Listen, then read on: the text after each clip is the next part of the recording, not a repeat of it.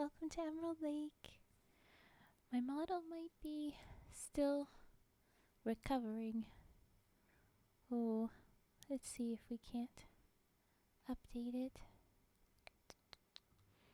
There was a bit of a delay. Technical issues be happening. Whoa. Okay, she's here. She's here. Ah, alrighty. Oh, okay, we're set up now. Ready for poetry? Because I'm probably not sleeping tonight. Oh, I'm sorry you're not sleeping. Oh, that's a heck of a sleep schedule to be living with. My goodness. It looks like there's still a solid delay. Oof.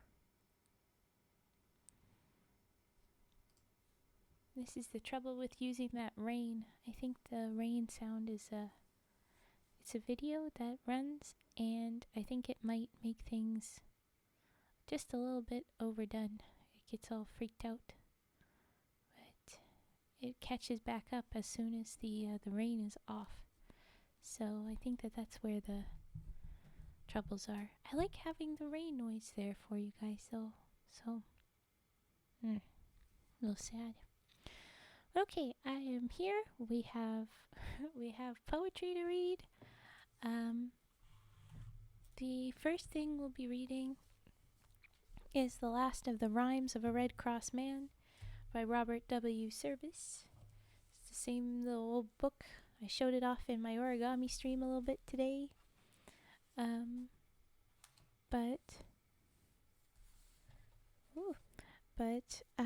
We're just finishing it, and then we will be reading actually more Poe.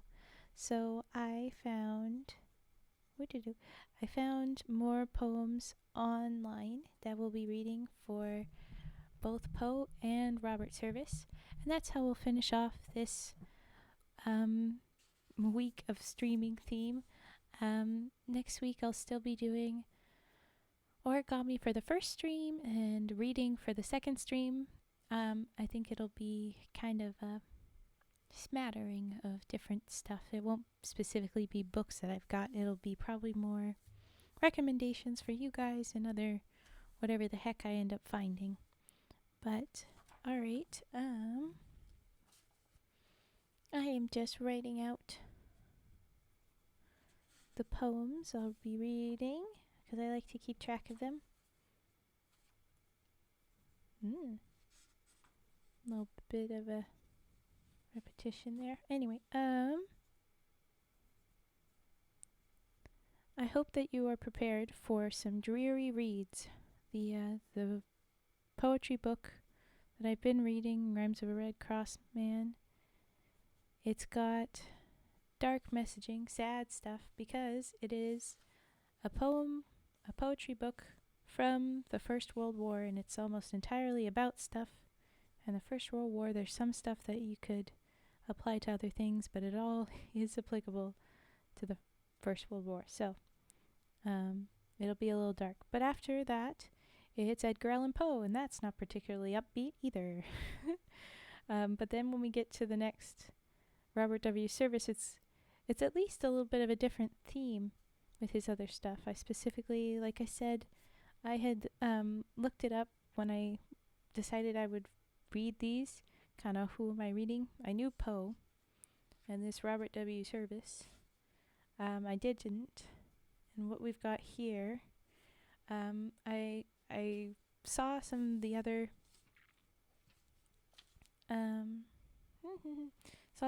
works that he has done, and those are interesting, but they're not sad.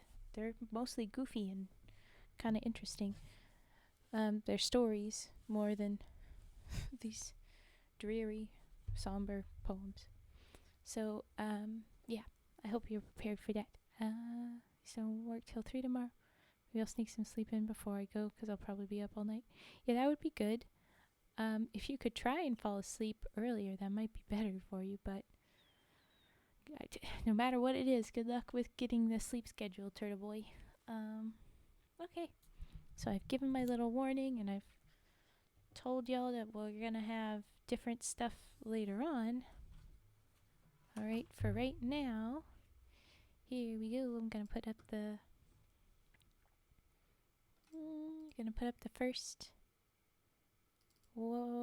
title, which is Mrs. Moriarty's Boy. Yes. Mrs. Moriarty's Boy. Should be a cute one. Here we go. Based on how they spelled it, how he spelled it, Mr. Robert Service, I'm guessing that this is kind of supposed to be one of the accent ones, but there's not much to it. There's not a lot of accent on it. Yeah, it's all misspelt, kind of like it's going to be an accent, but it doesn't have the normal a ton of apostrophes that it usually does. Okay, I'll go for the accent. We're jumping in on one of the accents. But here we go. Mrs. Moriarty called last week and says she, sure the heart of me's broken entirely now. It's the fortunate woman you are. You've still got your Dennis to cheer you home. But me Patsy boy, where is he? Lying alone, cold as a stone, kilt in the weariful war. Sure I'm seeing him now, as I looked on him last, wid his hair all curly and bright, and the wonderful tenderful heart he had, and his eyes as he went away, shinin' and looking down on me from the pride of his proper height. Sure I'll remember me boy like that if I live to me dyin' day. And just as she spoke them very same words, me Dennis came in at the door, come in from McGonagall's ud she'd been. She came in from drinking his pay, and Mrs. Moriarty looked at him, and she didn't say any more, and she wrapped her head in her old black shawl, and she quietly went away. Maybe this is supposed to be a different accent, but I couldn't tell. I can't tell what it's supposed to be. And what was I thinking, I ask ye now, as I put me Dennis to bed, wid him ravin' and cursin' one half of the night, as cold by his side I sat. Was I thinking the poor old woman she was wid her Patsy slaughtered and dead? Was I weepin' for Mrs. Moriarty? I'm not so sure about that. Mrs. Moriarty goes about wid a shinin' look on her face, wid her grey hair under her old black shawl, and the eyes of her mother mild. Some say she's a little bit off her head, but anyway it's the case. Her temper's so sweet. Oh, I think it's supposed to be Irish. Her temper's so sweet that you never would tell she'd be losing her only child. And I think as I wait up every night for me Dennis to come home blind, and I'm hearing his stumbling foot on the stair along about 3:30. I feel like that probably would have, if it was supposed to be Irish, they would have made that more.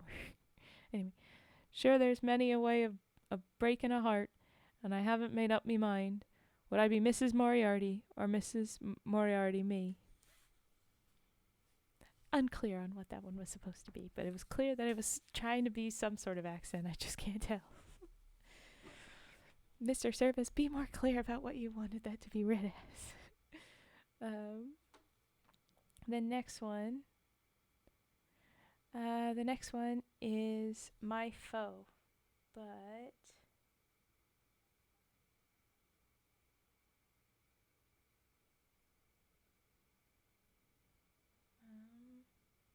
important check-in with things. Never mind, this doesn't exist.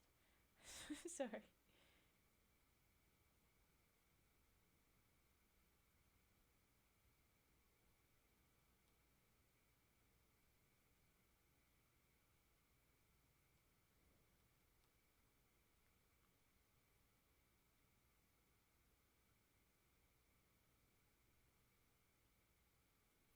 Okay. Yeah, it's My Foe. That's the next one to read.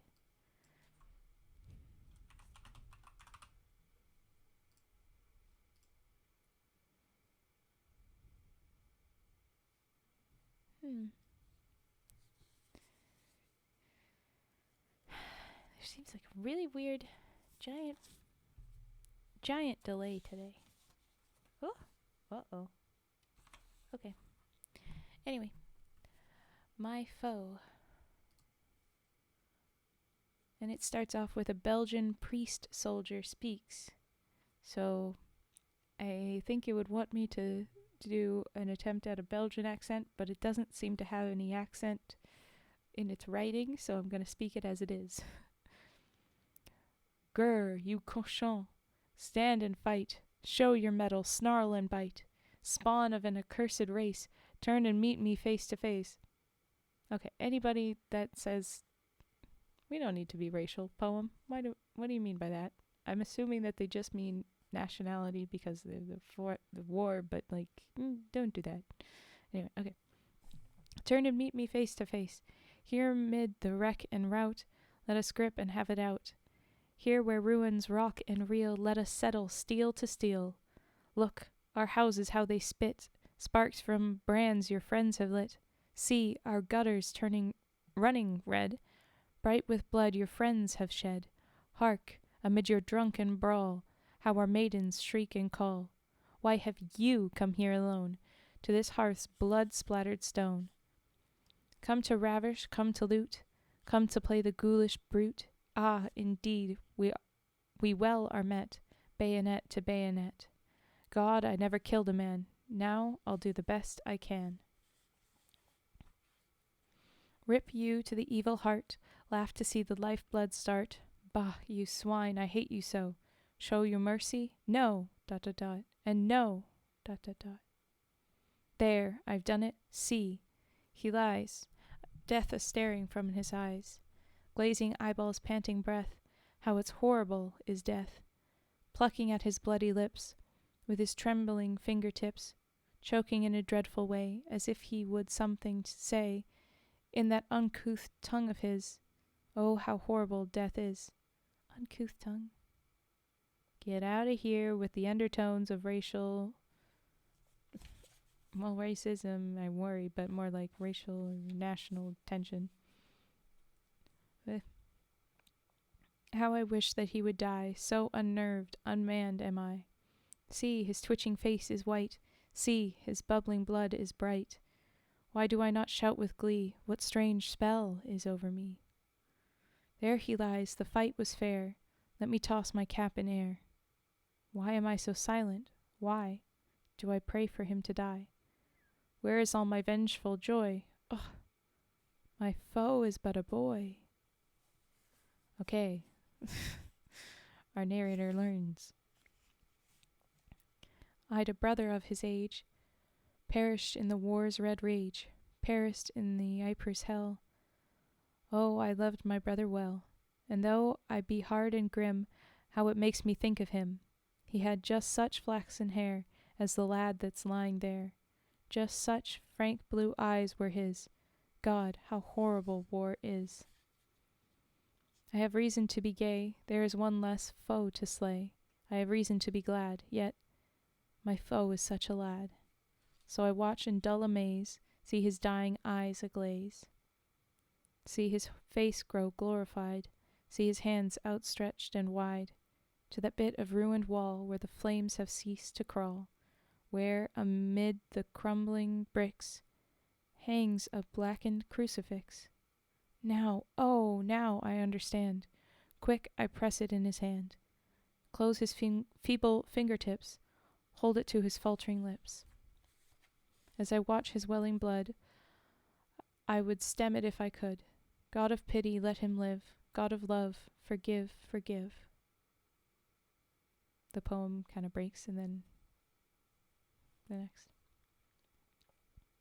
His face looked strangely as he died, like that of one they crucified, and in the pocket of his coat I found a letter. Thus he wrote: The things I've seen, oh, mother dear, I'm wondering, can God be here? Tonight, amid the drunken brawl, I saw a cross hung on a wall. I'll seek it now, and there alone, perhaps I may atone. Ah, no, 'tis I who must atone. No other saw but God alone. Yet how can I forget the sight of that so face so woeful white? Dead, I kissed him as he lay, knelt by him and tried to pray. Left him there lying at rest, crucifix upon his breast. Not for him the pity be, ye who pity, pity me. Crawling now the ways I trod, blood guilty in sight of God.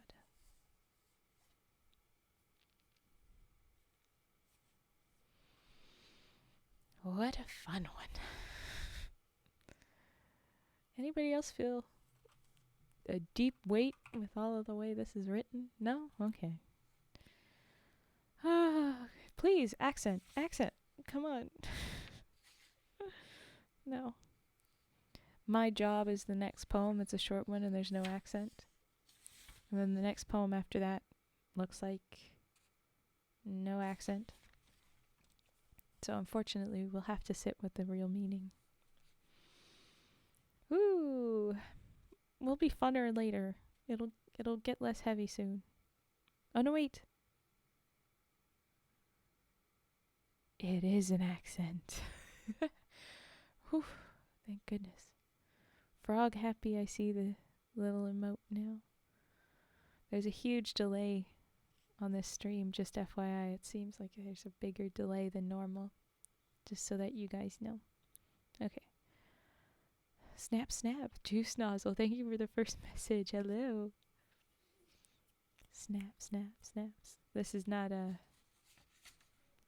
particularly a fun one to snap along to, but maybe later. Okay.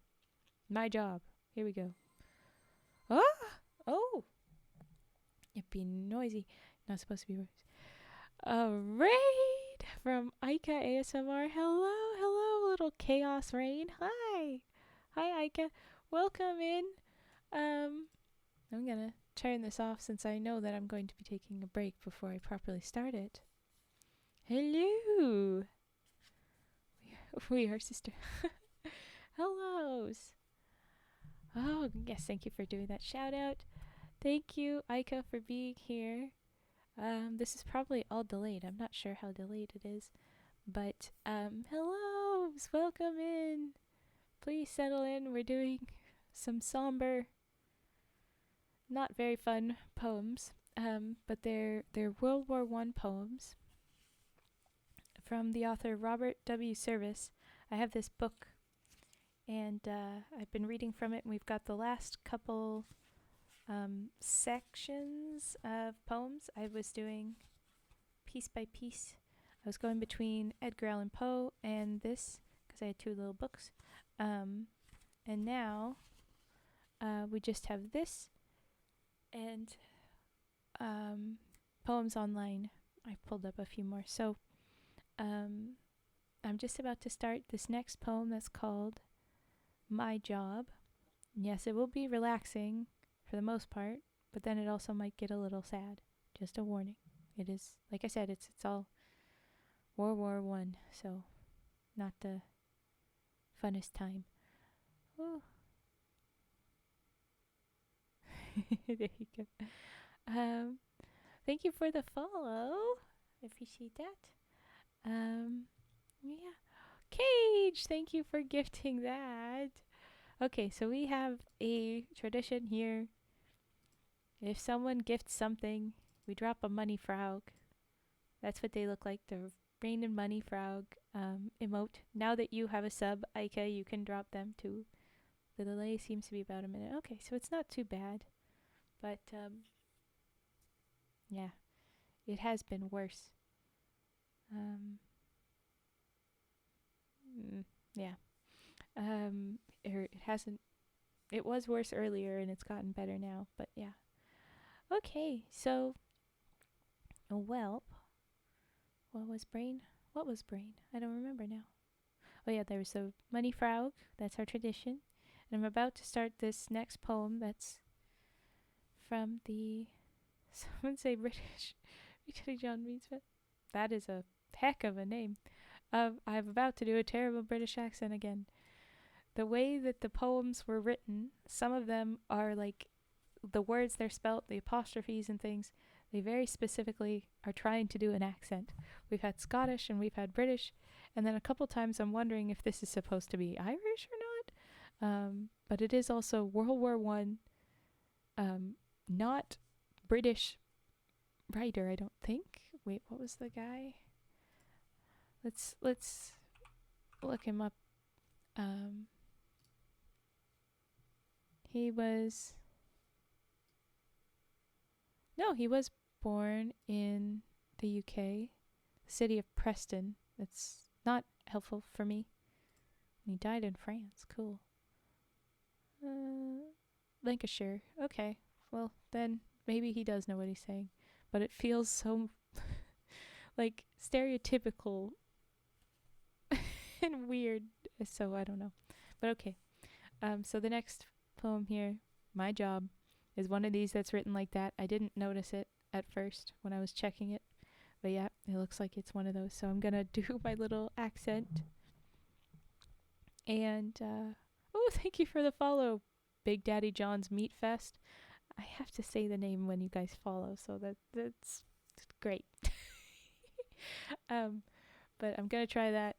You can roast me in the chat as much as you'd like. At least it's not the Scottish attempts, because those are always tough. But okay, here we go. My job. Okay, yeah. A knife. Okay, sorry. Well, my job. I have a little job on, and the time is drawing nigh. At 7 by the captain's watch, I'm due to go and do it.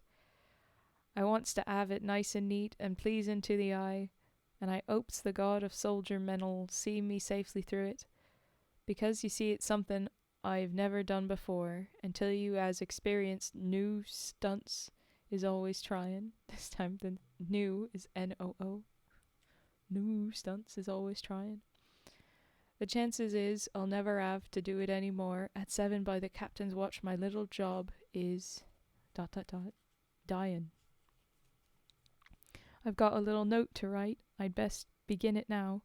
I ain't much good at writing notes, but here goes.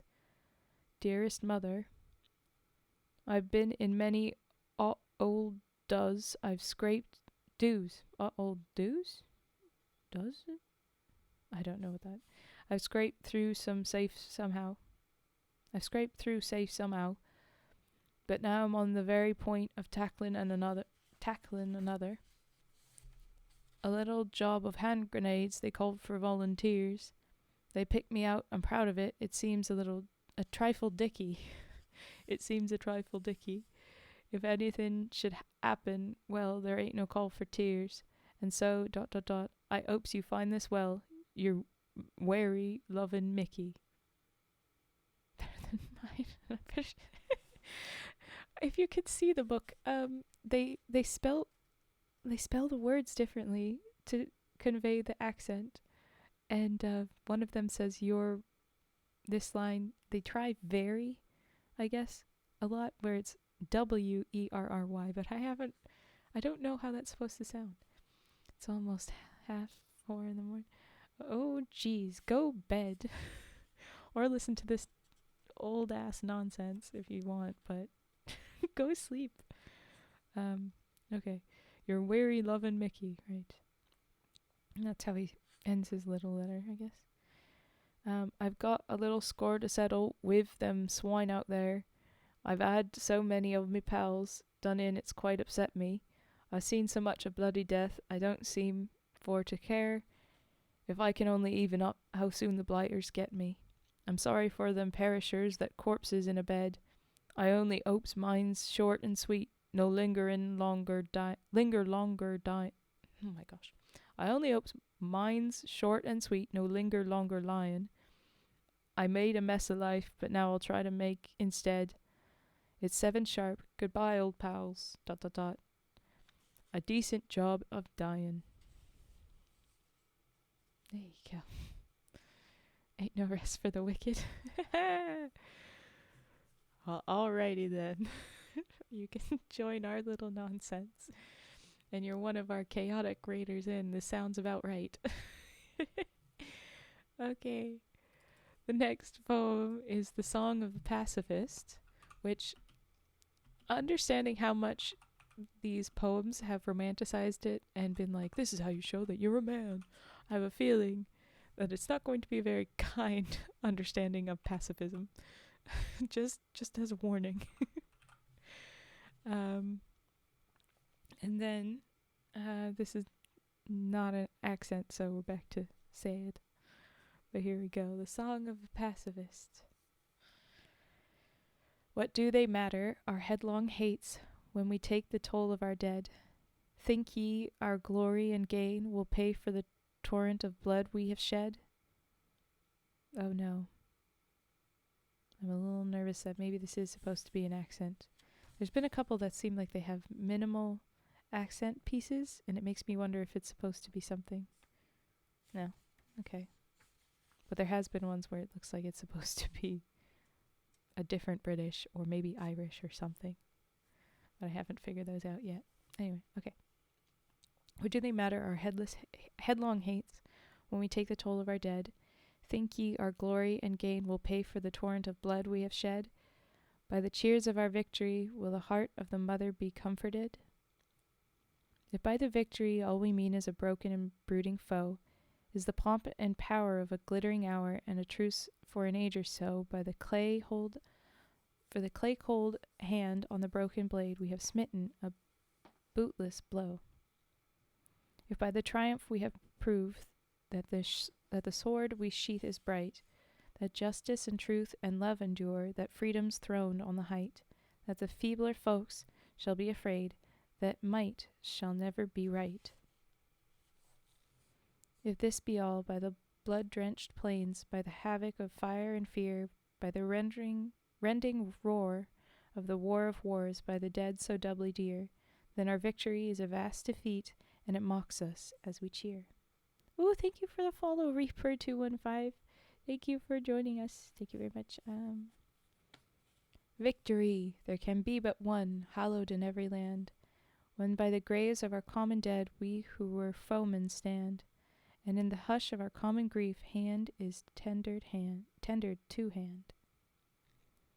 Triumph, yes, when out of the dust and the splendor of their release the spirits of those who fell go forth, and they hollow our hearts to peace.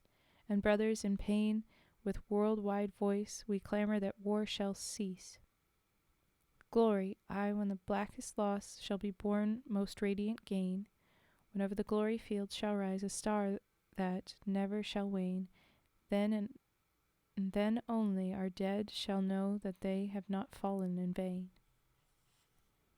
When our children's children shall talk of war as a madness that may not be, when we thank our God for our grief today in the blazon from sea to sea, in the name of the dead, the banner of peace, ... that will be victory. No, kinder than I thought that it would be. It was nice. It was not mean, as they very well could have been, honestly. Okay. This one is The Twins. A very short one here. Okay. There were two brothers, John and James, and when the town went up in flames, to save the house of James dashed John, then turned, and lo, his own was gone.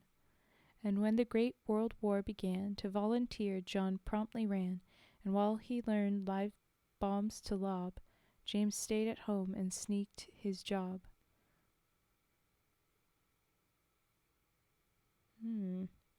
John came home with a missing limb that didn't seem to worry him. But oh, it set his brain a-whirl to find that James had sneaked his girl. Time passed. John tried his grief to drown. Today, James owns one half the town. His army contracts riches yield.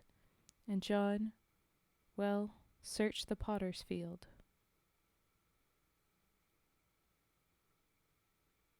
Just a dark thing where one brother is more villainous, I guess, and one is more the soldier and worse off, I guess. I don't know. Okay, then. Thank you for the... Oh, goodness, I'm going to have to say that.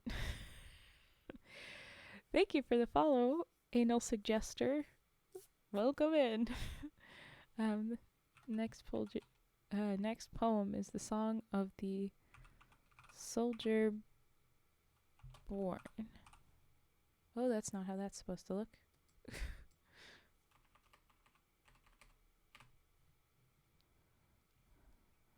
There you go. There we are.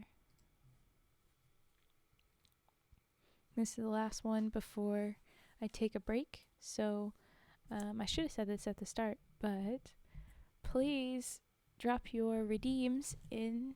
I'll get to them right after this set of poems. And there we go. I'll do the same next time I read some poems or a long poem, and then I do the redeems, and then I read again, and that's how that goes. So feel free to redeem as much as you want, and I'll get to them when I can. All right, the Song of the Soldier Born.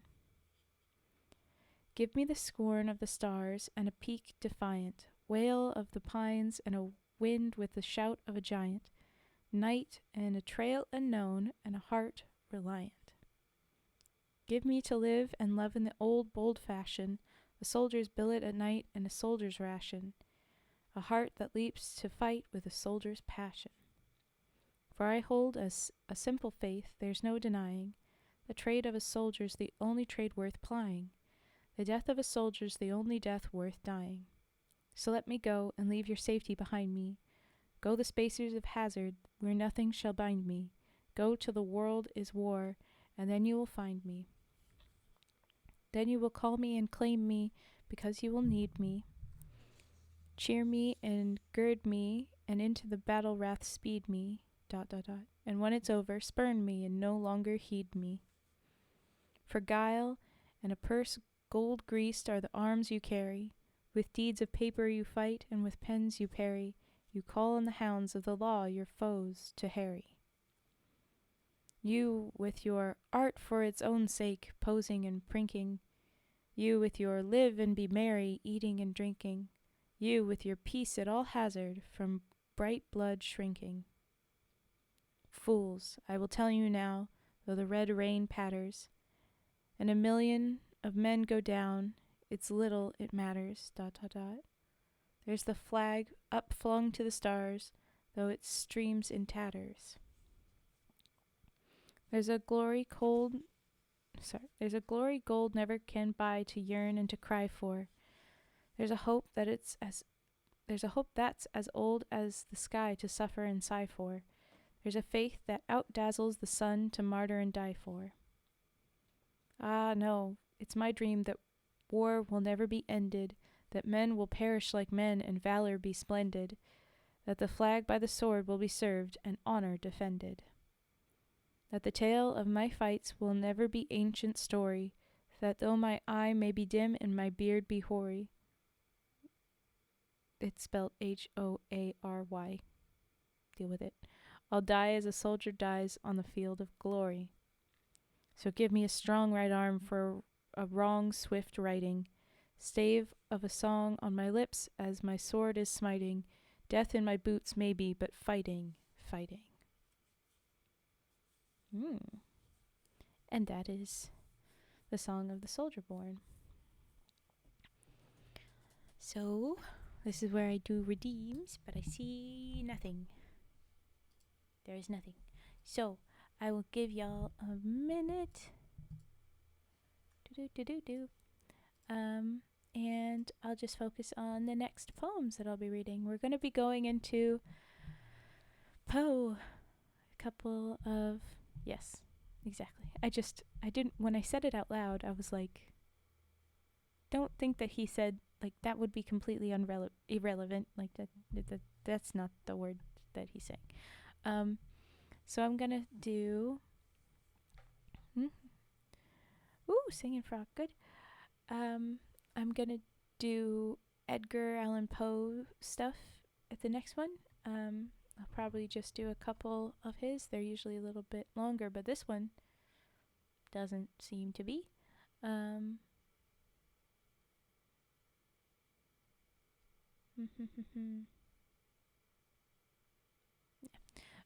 but okay. So I'll do the singing frog now. Let's do that.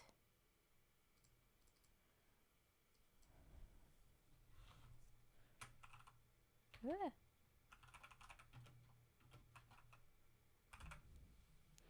Okay. Singing frog time. The star of today's streams. With a bunch yet for my early stream. Here we go. Mm.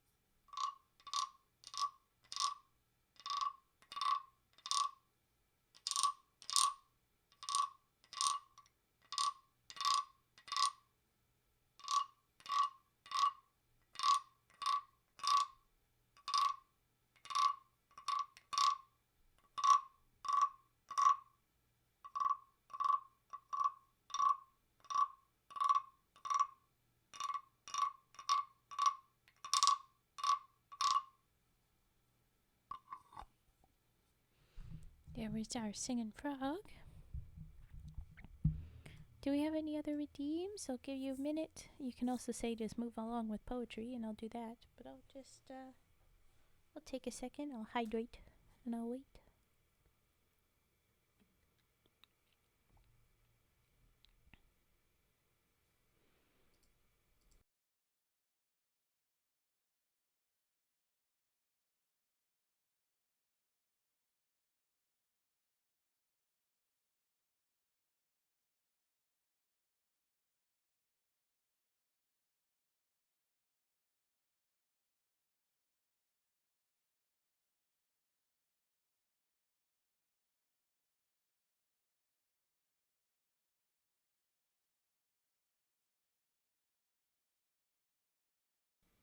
Okay, then I'll just go on to the next poem.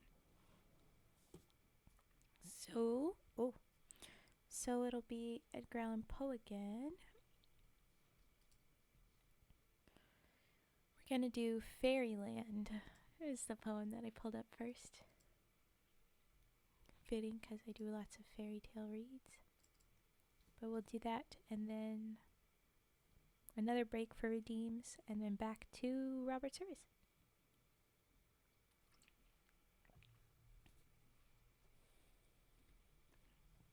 Okay. Get it up there. Alright. Okay. This is. Oh my gosh. Ah.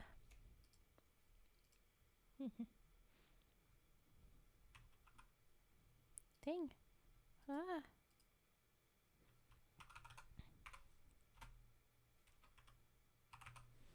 Fairyland. Sorry, Raven, I'm here just real tired. The poems are nice to listen to, and I'm something of a point pack rat anyway. No worries. It's all good. I'm happy to just keep reading, but I want to make sure that I give you guys a chance to tell me to not. I would keep reading a whole bunch, but I have to leave a space for somebody to say, hey, actually, wait, do this. I don't want to skip it and then accidentally cause issue.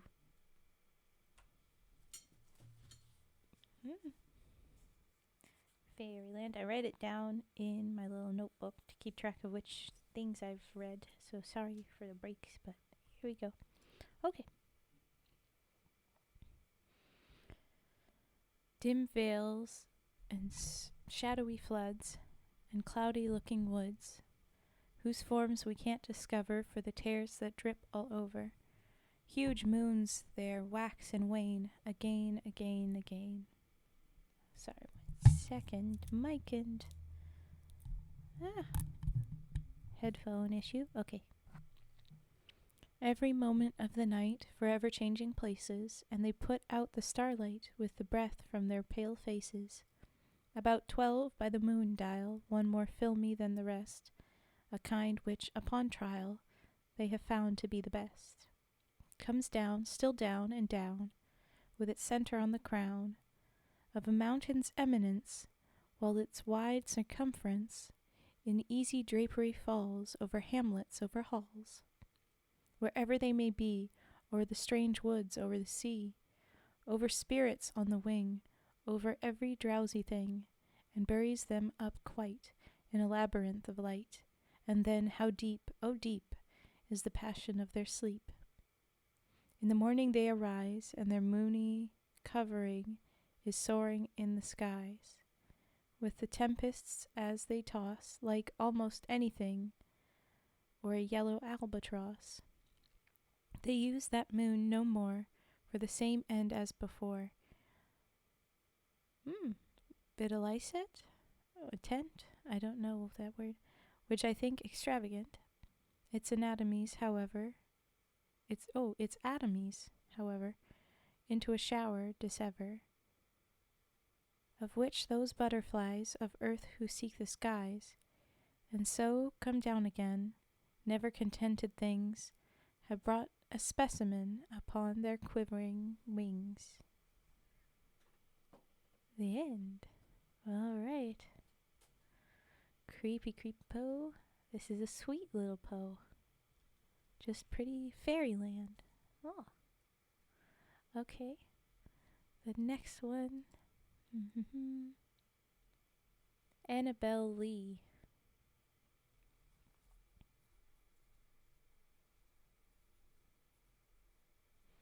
We'll do that one now.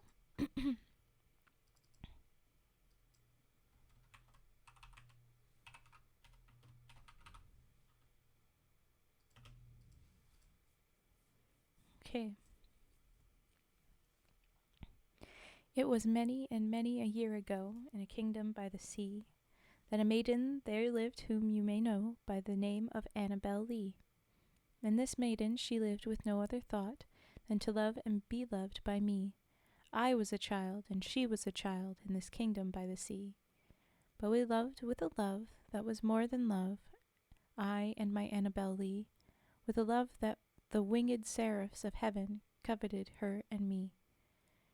And this was the reason that, long ago, in this kingdom by the sea, a wind blew out of a cloud, chilling my beautiful Annabelle Lee, so that her high-born kinsman came and bore her away from me, to shut her up in a sepulchre in this kingdom by the sea.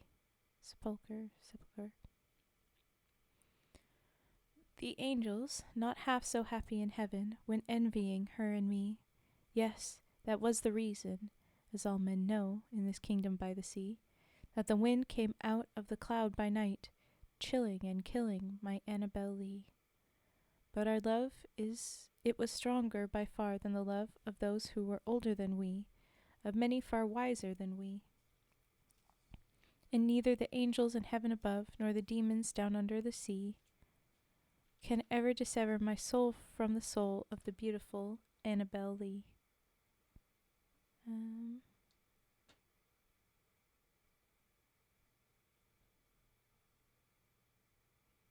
Sorry, this is just like it's sounding like the other one, but it's not. Okay.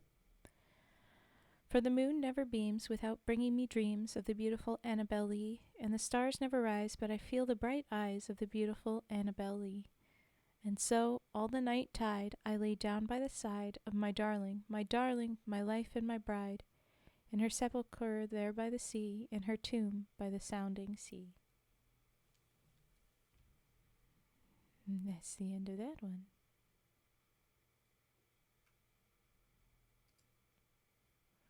Let's see if this is what I think this was.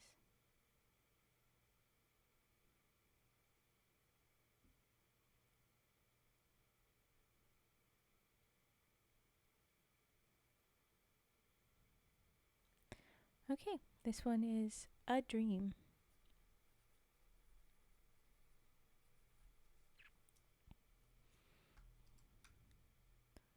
A Dream by Edgar Allen Poe. Interesting. Because he has another one, A Dream Within a Dream. Right? We read that.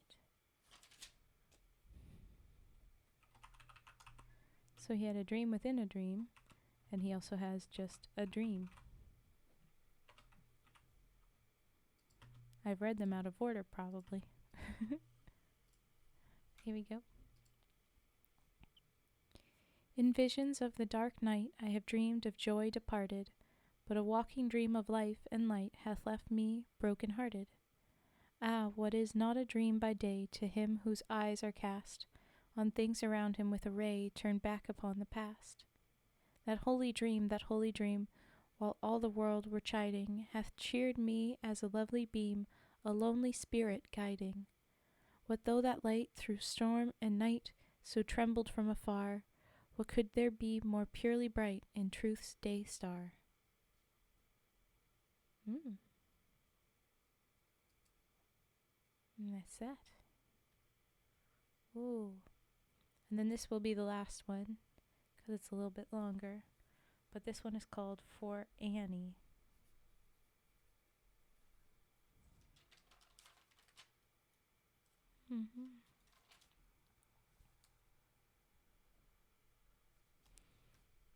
So if you have redeems, you can drop them in. And if not, oh, and our raiders, you can just tell me if you want to redeem, but you don't have the points.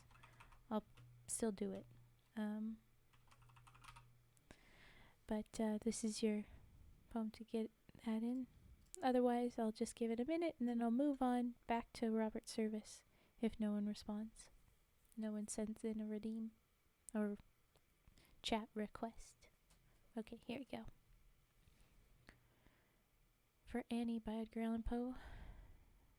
Thank heaven the crisis, the danger is past, and the lingering illness is over at last, and the fever called living is conquered at last. Sadly I know I am shorn of my strength, and no muscle I move as I lie at full length, but no matter, I feel I am better at length. And I rest so composedly now in my bed, that any beholder might fancy me dead, might start at beholding me, thinking me dead. The moaning and groaning, the sighing and sobbing are quieted now, with that horrible throbbing at heart, that horrible, horrible throbbing. The sickness, the nausea, the pitiless pain have ceased with the fever that maddened my brain, with the fever called living that burned in my brain. And oh, of all tortures, that... Okay then. Of all tortures, that torture the worst has abated the terrible torture of thirst. For thee, I am not naphthaline, for the naphthaline river of passion accursed, I have drank of a water that quenches all thirst. I'm gonna write that down and figure that word out. Naphthaline, I think. Of a water that flows with a lullaby sound from a spring but a very few feet underground, from a cavern not very far down underground. And ah, let it never be foolishly said that my room it is gloomy and narrow my bed, for man never slept in a different bed, and to sleep you must slumber in just such a bed. My tantalized spirit here blandly reposes, forgetting or never regretting its roses, its old agitations of myrtles and roses. For now, while so quietly lying it fancies a holier odor about it of pansies, a rosemary odor commingled with pansies, with rue and the beautiful Puritan pansies. And so it lies happily bathing in many a dream of the truth, and the beauty of Annie, drowned in a bath of the tresses of Annie. She tenderly kissed me, she fondly caressed, and then I fell gently to sleep on her breast, deeply to sleep from the heaven of her breast. When the light was extinguished, she covered me warm, and she prayed to the angels to keep me from harm, to the queen of the angels to shield me from harm. And I lie so composedly now in my bed, knowing her love, that you fancy me dead. And I rest so contentedly now in my bed, with her love at my breast, that you fancy me dead, that you shudder to look at me, thinking me dead. But my heart it is brighter than all of the many stars in the skies, for it sprinkles with Annie. It glows in the light of the love of my Annie, with a thought of the light of the eyes of my Annie. Oh, what a poem.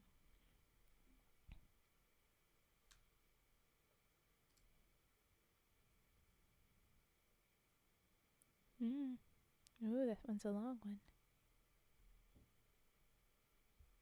What about this one? Oh, okay, I'll do one more, actually. No, I'll save that for next. Okay, so Annie, not Annie, Annie redeems. This is the time. I'll just do that, and I'll find what fell.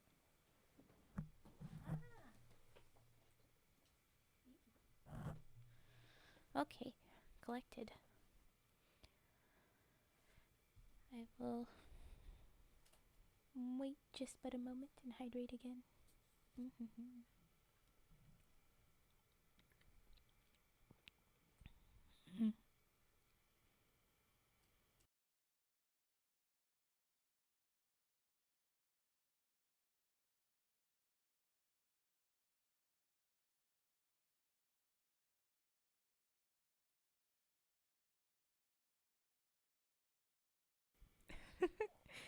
Okay, you don't have to. Okay. Hydrating again. Posture checking. And collecting scissors.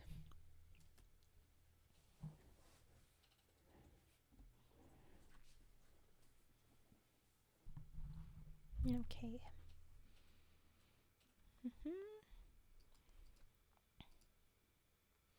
Scissor snips time.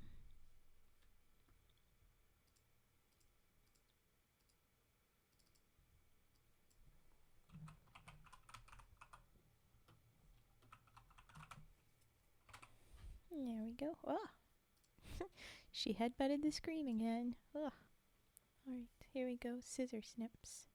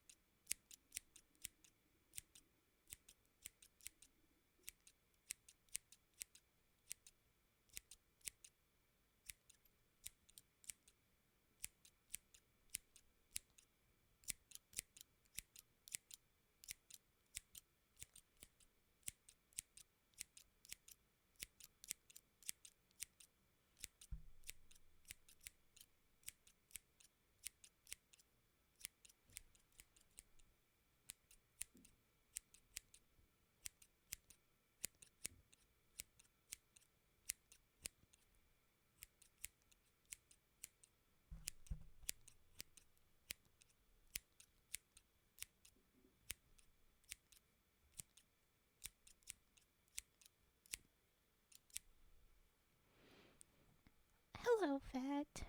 We're just doing scissor snips. We're doing redeems right now for the story. We haven't had much. Not story, the poems.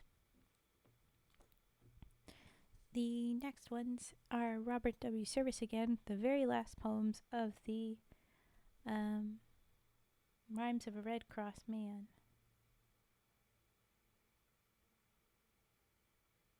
Ooh.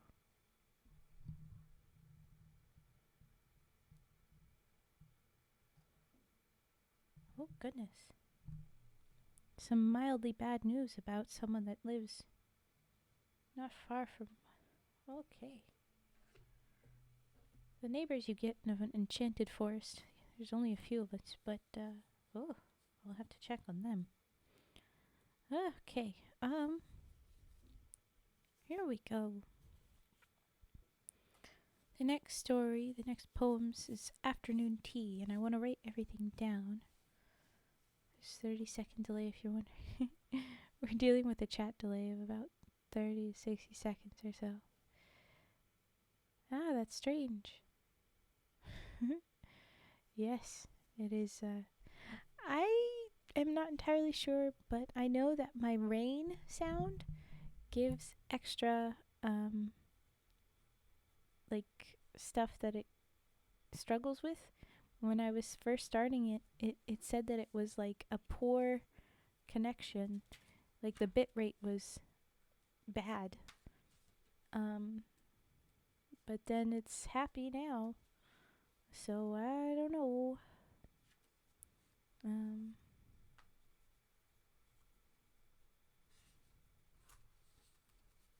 Do.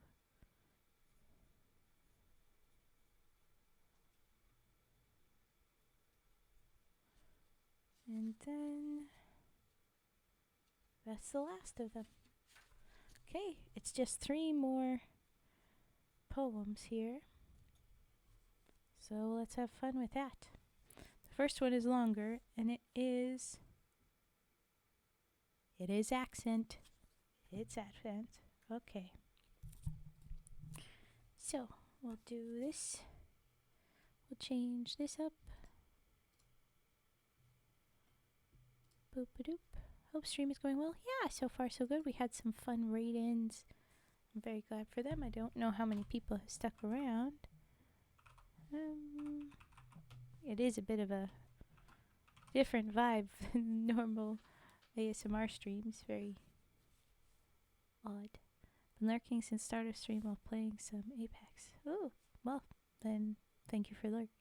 Pose well with your forest neighbors. In my experience, long delays like this are because of bitrate. Yeah. Said someone with a delay of a couple minutes. That was harsh. Ooh, I bet. First we had a raid from VTuber sister a bit ago. Yeah, there you go. That was it. Okay, here we go. Afternoon tea. This one is an accent, and it is a long one, so here we go. Oh, and it starts out with a meta moment. Okay, cute. If we liked the one in the other stream where they had the, what beer do I like moment? That's how it starts. It's how I like my tea. Right. As I was saying, ... No thank you, I never take cream with my tea. Cows aren't allowed in the trenches. Got out of the abbot, ye see. As I was saying, our colonel leaped up like a youngster of 10. Come on, lads, he shouts, and we'll show him. And he sprang out ahead of the men. Then some bally thing seemed to trip him, and he fell on his face with a slam. Oh, he died like a true British soldier, and the last word he uttered was damn. And hang it, I love the old fellow, and something just burst in my brain, and I cared no more for the bullets than I would for a shower of rain. 'Twas an awfully funny sensation. I say this is jolly nice tea.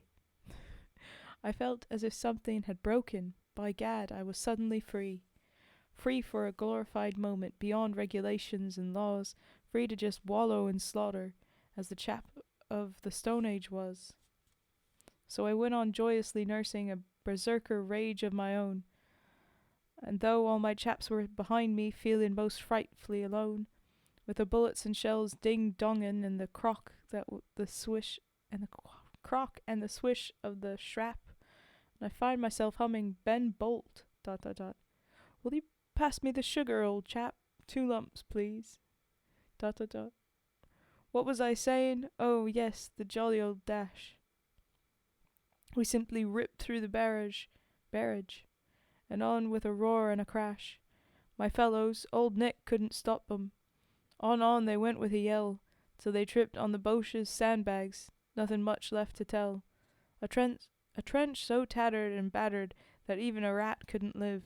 Some corpses tangled and mangled, wire you could pass through a sieve. The jolly old guns had bilked us, cheated us out of our show, and my fellows were simply yearning for a red mix-up with the foe. So I shouted to them to follow, and on we went, roaring again, battle-tuned and exultant in the late leaden rain. Then all at once a machine gun barks from a bit of the bank, and our major roars in a fury, "We've got to take it on flank." He was running like the fire to lead us, when down like a stone he comes, as full of typewriter bullets was as a pudding is full of plums. Ooh, Brittonland accents are fun. Thank you. Yeah, the poem is written half. This particular one isn't doing it so much, not on that page, but like there's moments where in this book it writes it like you have to say it in an accent, so you just might as well lean into it. But here, yeah, they are fun. It's a good break in the sad, somber tone. Ooh, thank you for the follow, Winter Saturn 261. Thank you. Welcome in. Okay, where was I? Oh yes, the typewriter quote unquote bullets. Ah ha ha ha. Sorry. Gonna laugh at me? No, that's fine. This is exceptionally worth it. Okay. So I took his job and we got him. Dot dot dot. By gad, we got him like rats.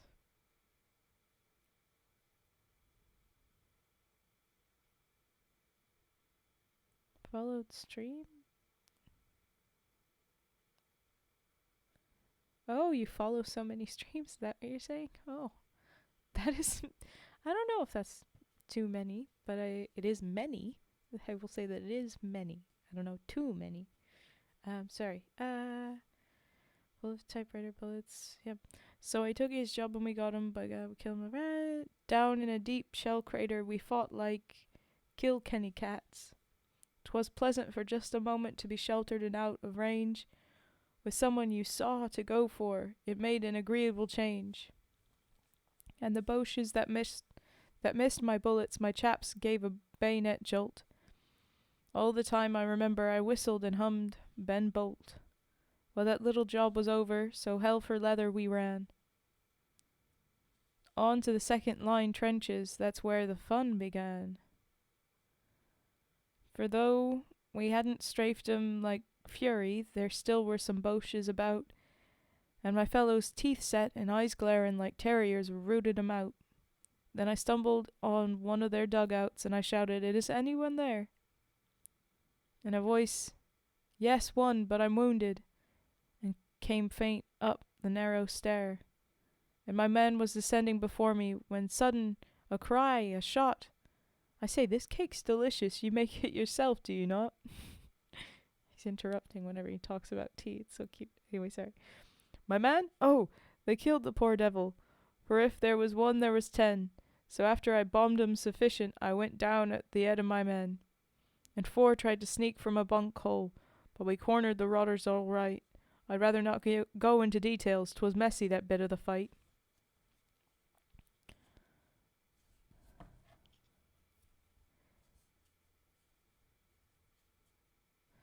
But all of it's beastly messy. Let's talk of pleasanter things.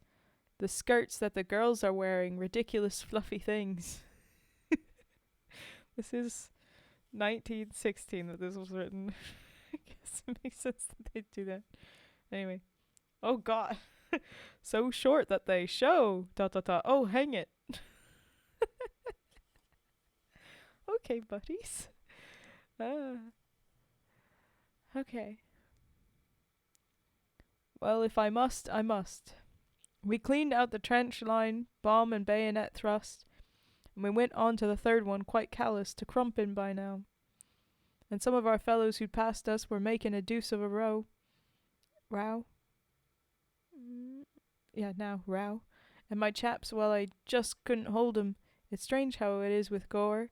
In some ways, it's just like whiskey. If you taste it, you must have more. Their eyes were like beacons of battle, By gad, sir, they couldn't be calmed. So I 'eaded 'em bang for the bomb belt, racing like Billy be damned. Oh, it didn't take long to arrive there. Those who arrived at all, the machine guns were certainly chronic, the shindy enough to appall. Oh yes, I omitted to tell you, I'd wounds on the chest and the head, and my shirt was torn to a gun rag, and my face, blood gummy and red. I'm thinking I looked like a madman. I fancy I felt one too, half naked and swinging a rifle. ... God, what a glorious do! As I sit here in old Piccadilly sipping my afternoon tea, I see a blind, bullet-chipped devil, and it's 'ard to believe that it's me. I see a wild, war-damaged demon smashing out left and right, and humming Ben Bolt rather loudly, and hugely enjoying the fight. And as for my men, may God bless 'em, I've loved 'em ever since then. They fought like the shining angels. They're the pick of the land, my men. And the trench was a reeking shambles, not a Boche to be seen alive. So I thought, but on rounding a traverse I came on a covey of 5, and 4 of 'em threw up their flippers, but the 5th chap, a sergeant, was game. And though I'd a bomb and revolver, he came at me just the same. Ooh, thank you for the follow, Mirth Fellow. Hi, Dark Storm. That's in London. Piccadilly? Yes. Yes, I know Piccadilly's in London.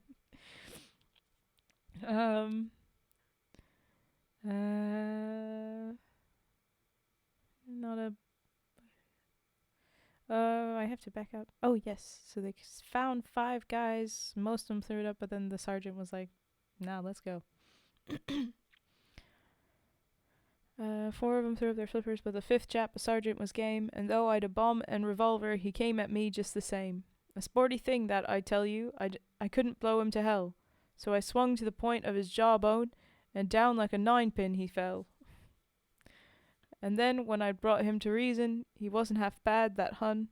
He bandaged my head and my short rib as well as the doc could have done. So back I went with my Boches as gay as a 2-year-old colt, and it suddenly struck me as rummy I still was hummin' Ben Bolt. And now, by Jove, how I bored you. You've just let me babble away. Let's talk of the things that matter, your car or the newest play. I should emphasize the things that matter, your car or the newest play. It emphasized matter. But that was afternoon tea. Thank you for the follow. I'm not entirely sure how to say your name, but I'm going to try it. Wi-Fi? Wi-Fi.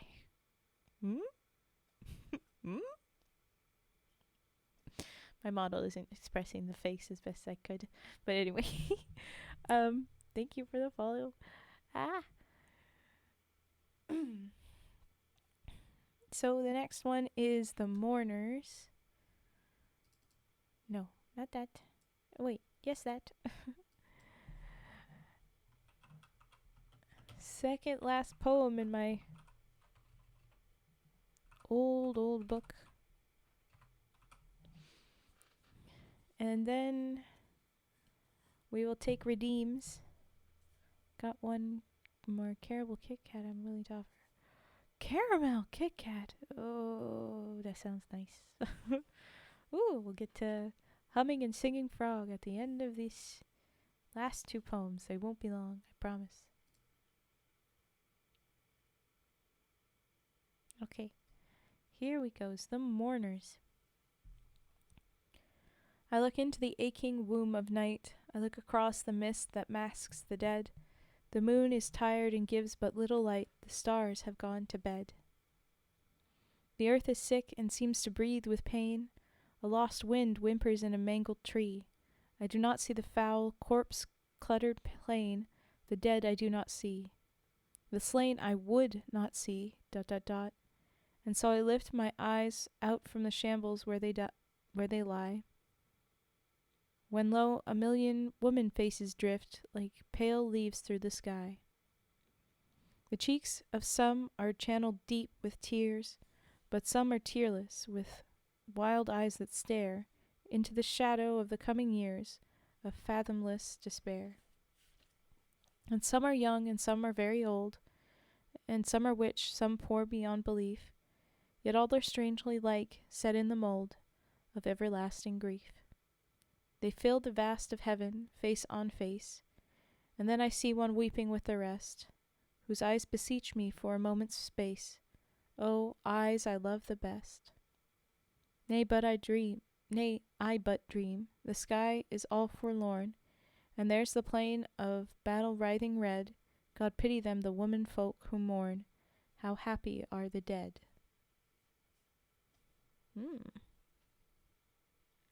There's more than just the women that mourned, but that's something.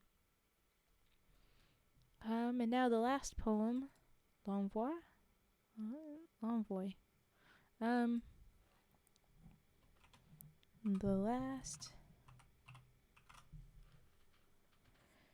last poem. Here we go. It's not terribly long. And it is, for whatever reason, all in italics, unlike the others. But here we go. My job is done, my rhymes are ranked and ready. My word battalions marching verse by verse.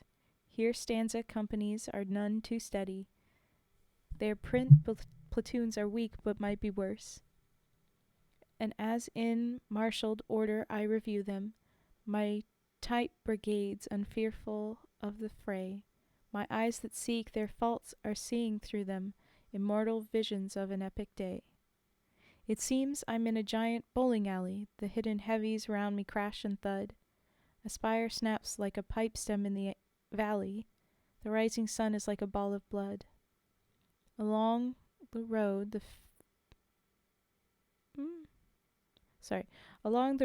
the fantassins are pouring, and some are gay as fire, and some steel stern, ... Then back again I see the red tide pouring along the reeking road from Hebutern? I'm not sure where. And once again I seek Hill 67, the Hun lines grey and peaceful in my sight, when suddenly the rosy air is riven. A coal box blots the bayou on my right, or else to evil Carnoy I am stealing, past sentinels who hail with bated breath,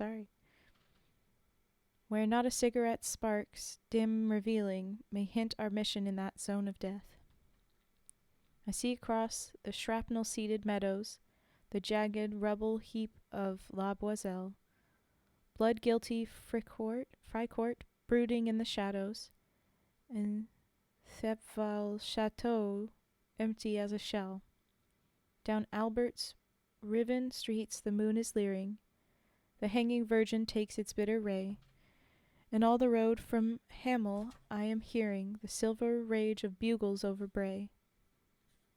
Once more within the sky's deep sapphire hollow I see a swimming Taube, a fairy thing. I watch the angry shell flame flash and follow, in feather puffs that flick a tilted wing, and then it fades with shrapnel mirrors flashing. The flashes bloom to blossoms lily gold. The batteries are rancorously crashing, and life is just as full as it can hold. O spacious days of glory and of grieving, O sounding hours of lustre and of loss, let us be glad we lived you, still believing, the God who gave the cannon gave the cross.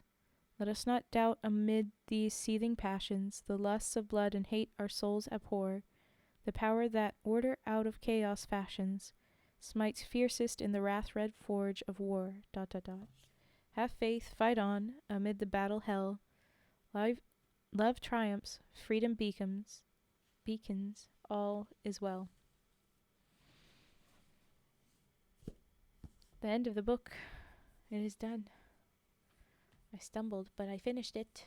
Haha. L'Envoi. It is done. Okay, that is the last of that book. And now I have triggers to redeem. First step is humming, eh?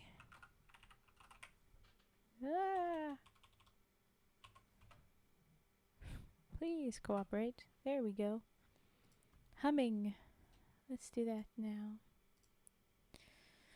And I've done it before while reading this book, but it's just very fitting to read, or to hum, Danny Boy.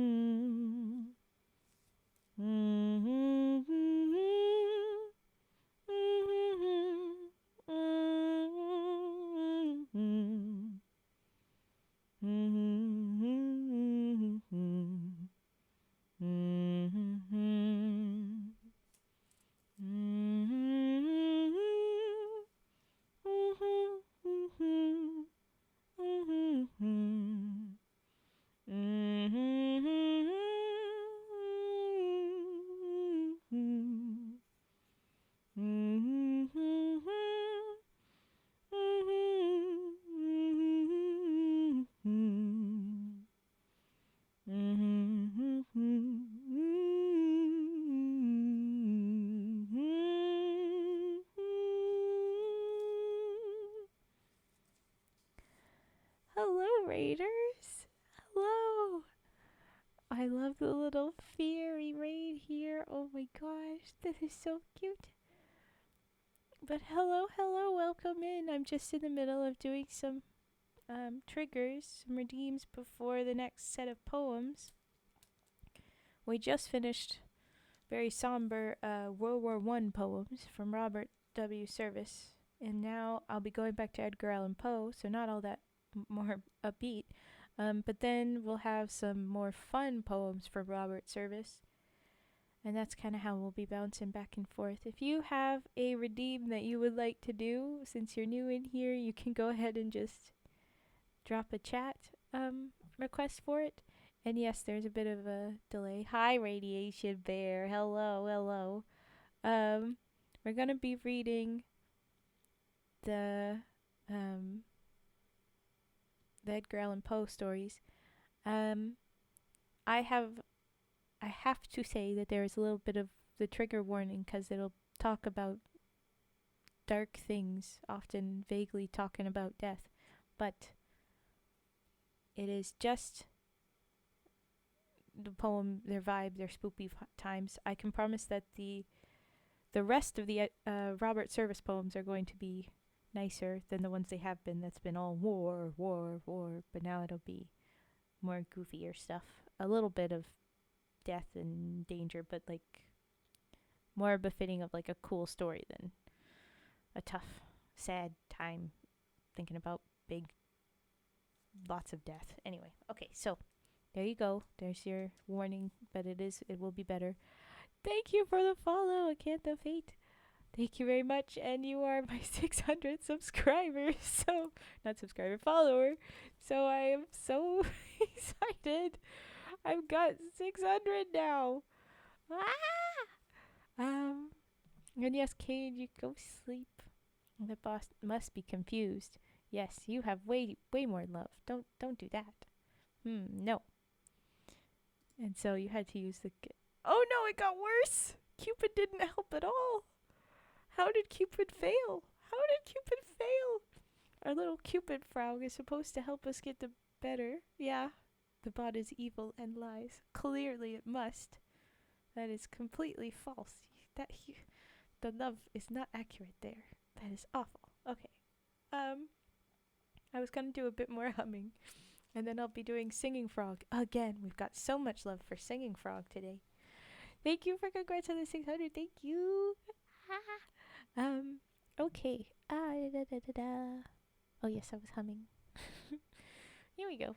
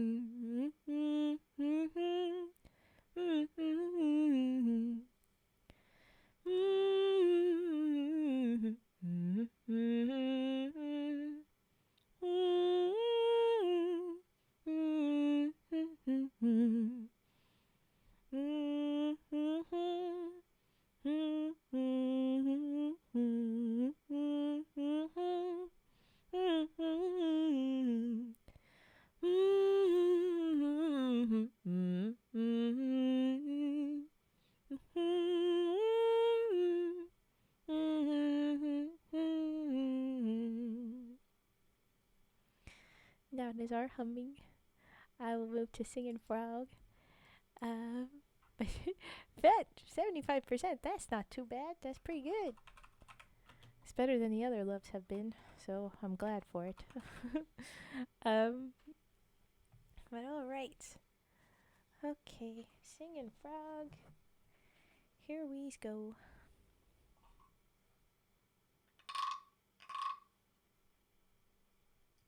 Hmm.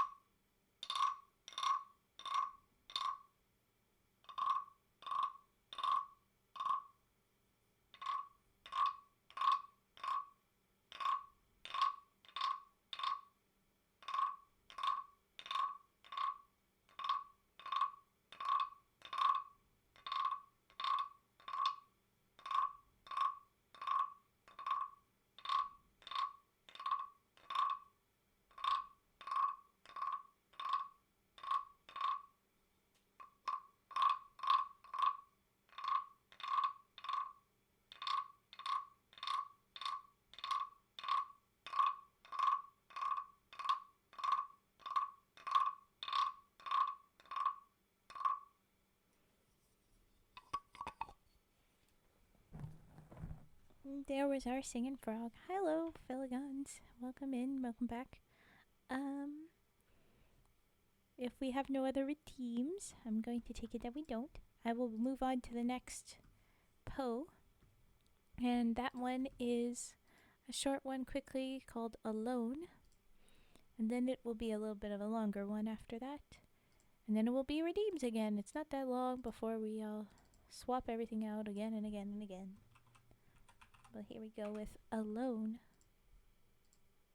Doo-doo-doo. Okay. From childhood's hour I have not been, as others were, I have not seen. As others saw, I could not bring my passions from a common spring.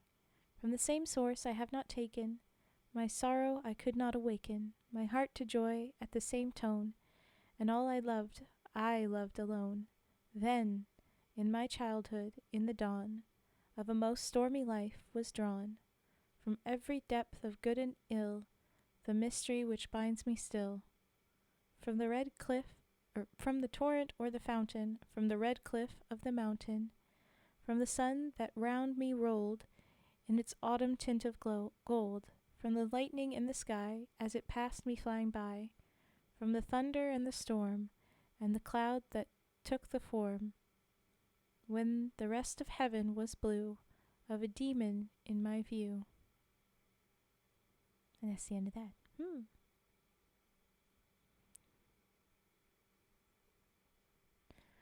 Cage, go sleep.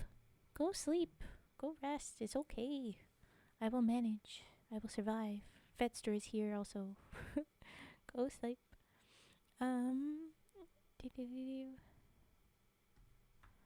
Aha, yes. Do you have any favorite triggers that Obsidian does? Ooh, yes. I have only one more poem and then it is more triggers time. Could be the best way to make Cage go to bed. um, okay, this one has a long title. It's a bit interesting.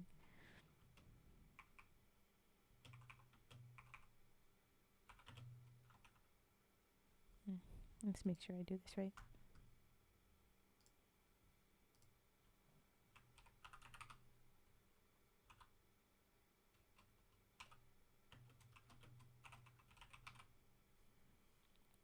Two, redacted. Ulaloom, a ballad. Oh, okay. Sounds good, Cage. All right. The next Edgar Allan Poe poem. It's a longer one, and then redeems again.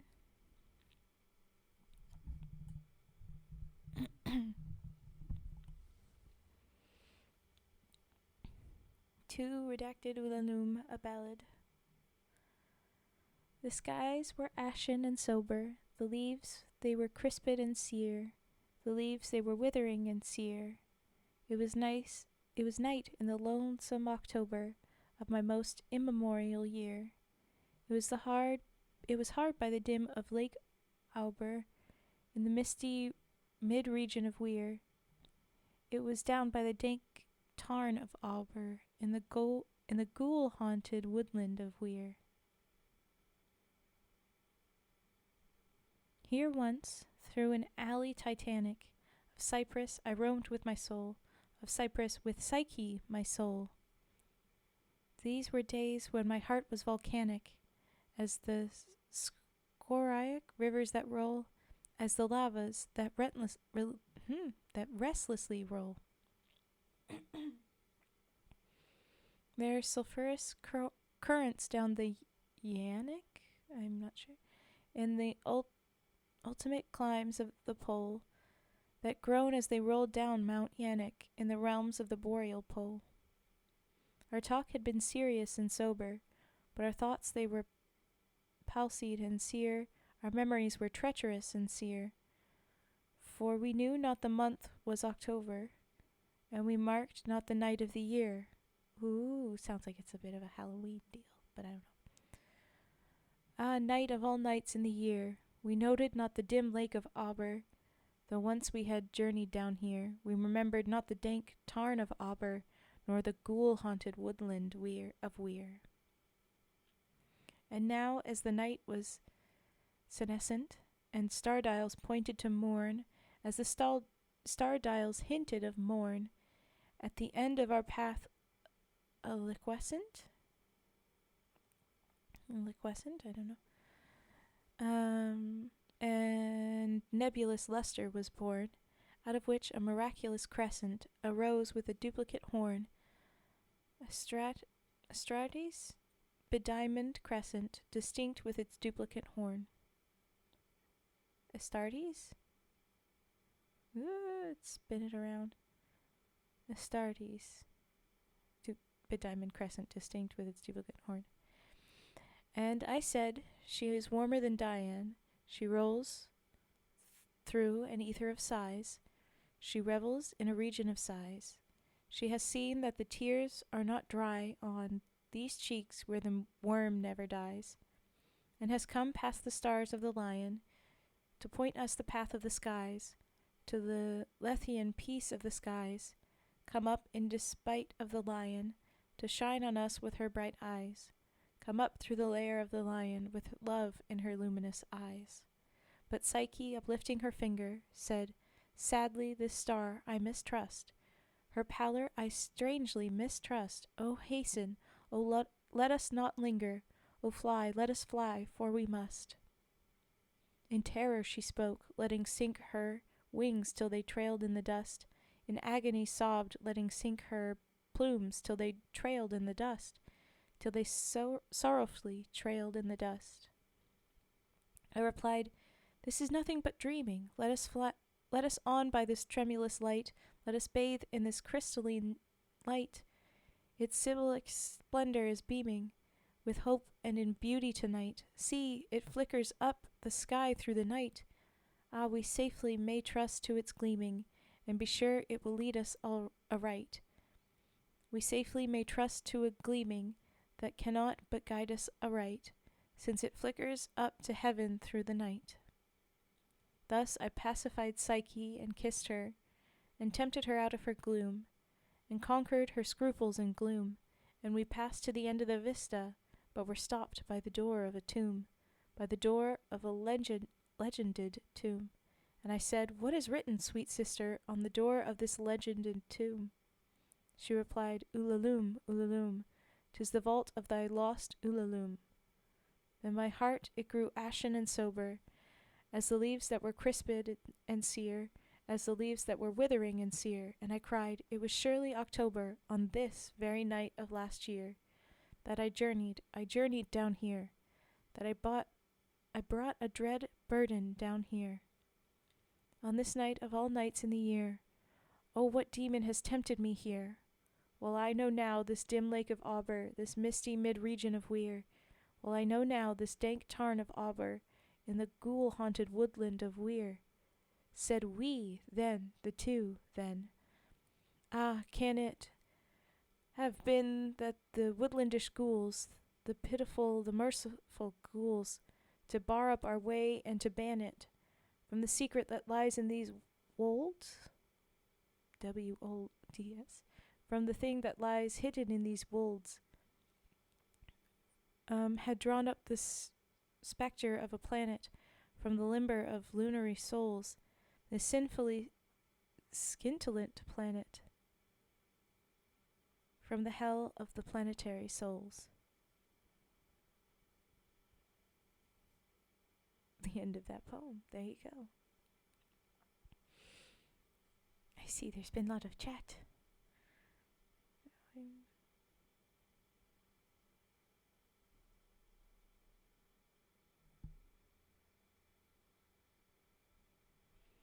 You really are a very oh my gosh, my voice. You really are a little ball of sunshine, Radiation Bear, though. It's very true. You're just a little bubble of fun. Sweet little bear. That is the end of that poem, so it is time for redeems.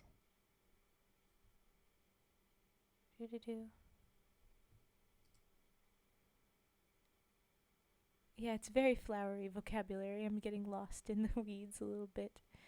But here we go. Do we have any triggers to redeem, friends? This is the time. And thank you very much, Radiation Bear, for the compliment. Thank you for that about my voice. Origami to Russell. All right. We'll cooperate.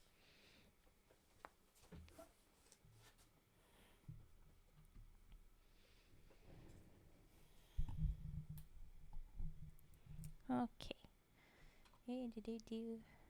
Of course, Radiation Bear. You're so sweet to us, so we will be sweet back.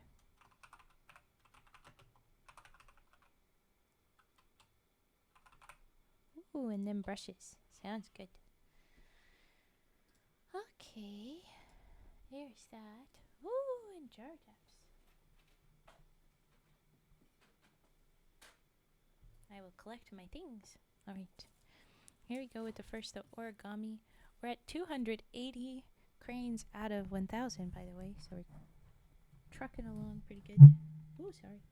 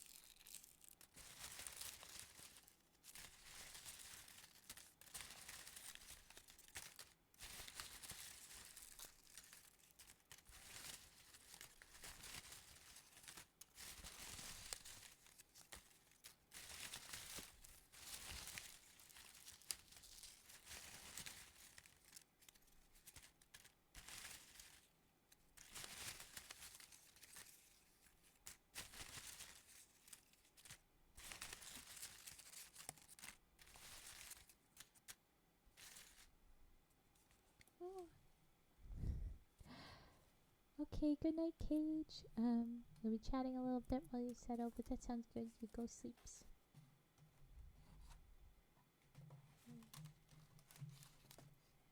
Ooh, and I've got a hydrate and stretch that I will do.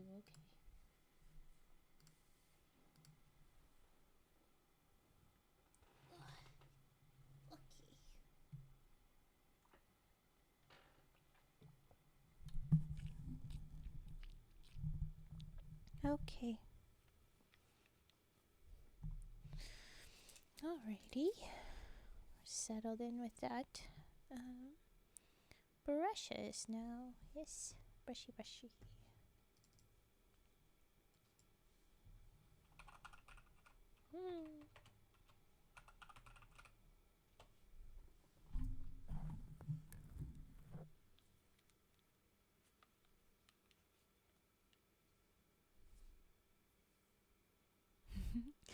No, it's all good radiation. I do them quick because they're ones that are good to just do as soon as you're reminded. Oh, my headphones are being funny. Aha. That will hopefully be better. I don't know. Okay, brushes. Let's up the sound here a bit.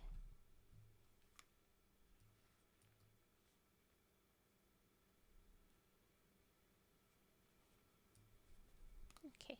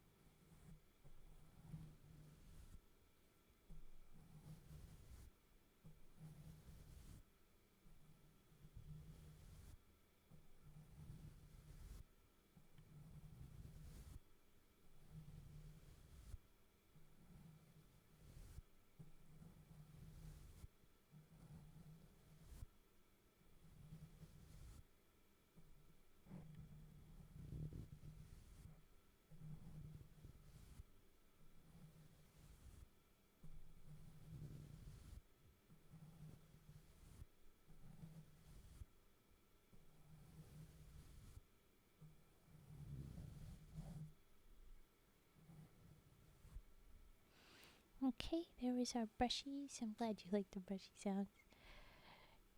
Tone deaf bard. Yeah, radiation bear emotes are freaking adorable, always. Okay. And now, the glass jar tappy taps. Do do do do do do.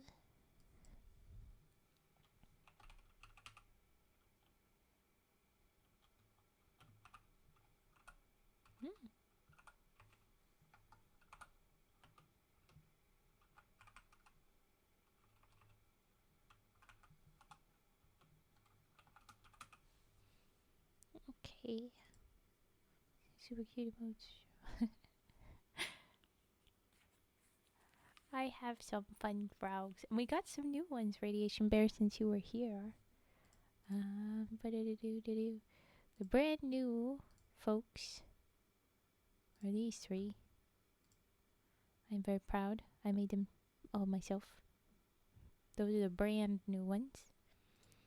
And also we have Bongo Frog. That was a commission Death Noah got me. Thank you, Death Noah.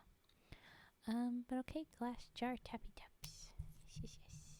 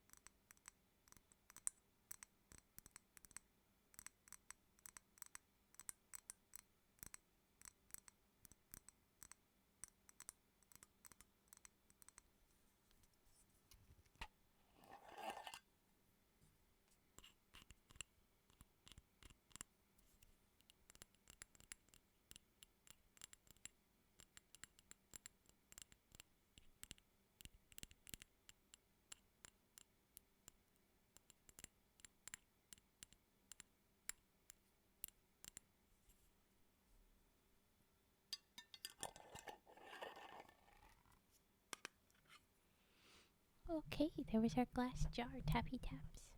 I'm glad you like the lurker radiation bear. That was the one I was most excited to make sure I did, and he didn't come out the most smooth, but I didn't want him exactly to be smooth. He's supposed to be uncomfy a little bit with his little creeping. Page flipping. Ooh, okay. After this page flip, I will definitely be moving on to the next poem. So,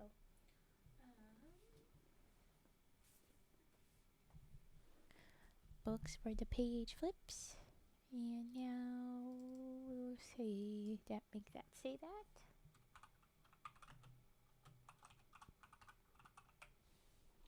Okay. We start with a little book and then we go to the bigger one. It's fluffier sounds. Here we go. Yes, lurk away, Cage.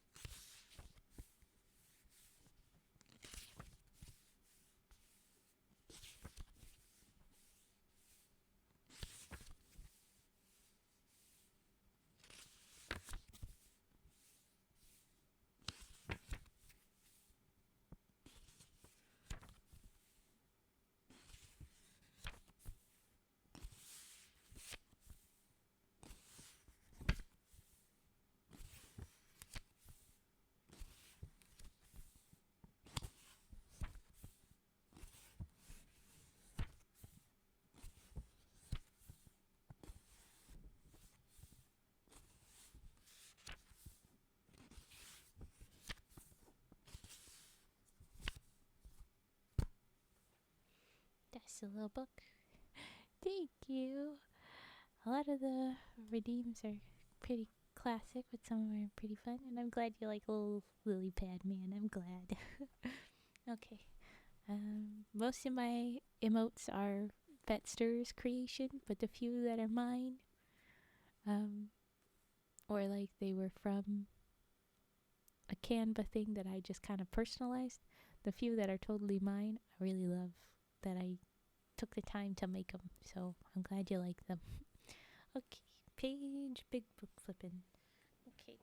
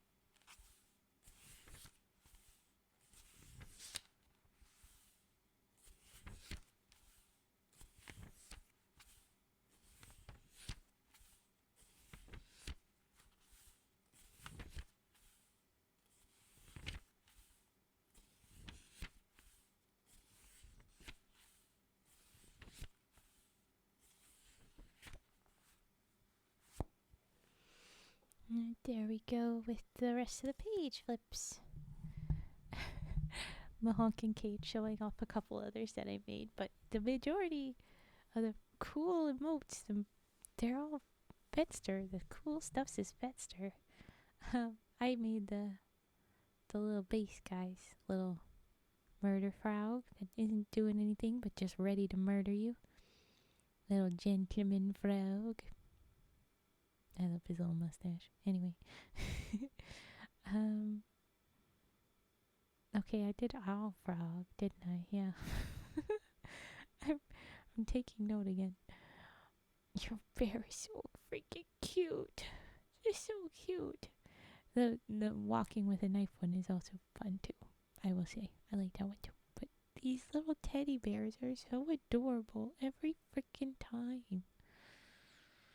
They've even got the little bit of fluff because they've been too loved, well loved little bear. So he gets a little bit of his brain slipping out. He's sipping on his juicy up there. Oh my gosh. Oh, okay. He's so cute. All right. So now, Robert Service, the fun stuff.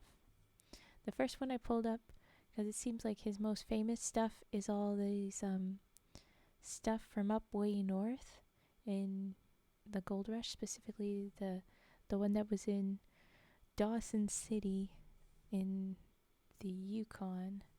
So these are the other ones. Yeah, those are yours. Look at them. They're so smooth and pretty and cool. Look at them. They're so nice. And the arms actually attach and everything. Oh, thank you. I like to collect bear motes since I'm a little obsessive. Maybe I'll have to make you a bear. Maybe I'll have to make an Emerald Lake bear emote at some point. I feel like that would be a nice thing. If I see you more, I should have something ready for you. But anyway, okay. Yes, I was gonna read the next one. So, the next is the Robert Service poem, The Spell of the Yukon. And it is the first of the generally more upbeat and fun story ones, as opposed to the dark, gory, more ones. So we should be on the up and up to more fun times. The paramotes are so cute. Okay. The Spell of the Yukon. Let's get to that.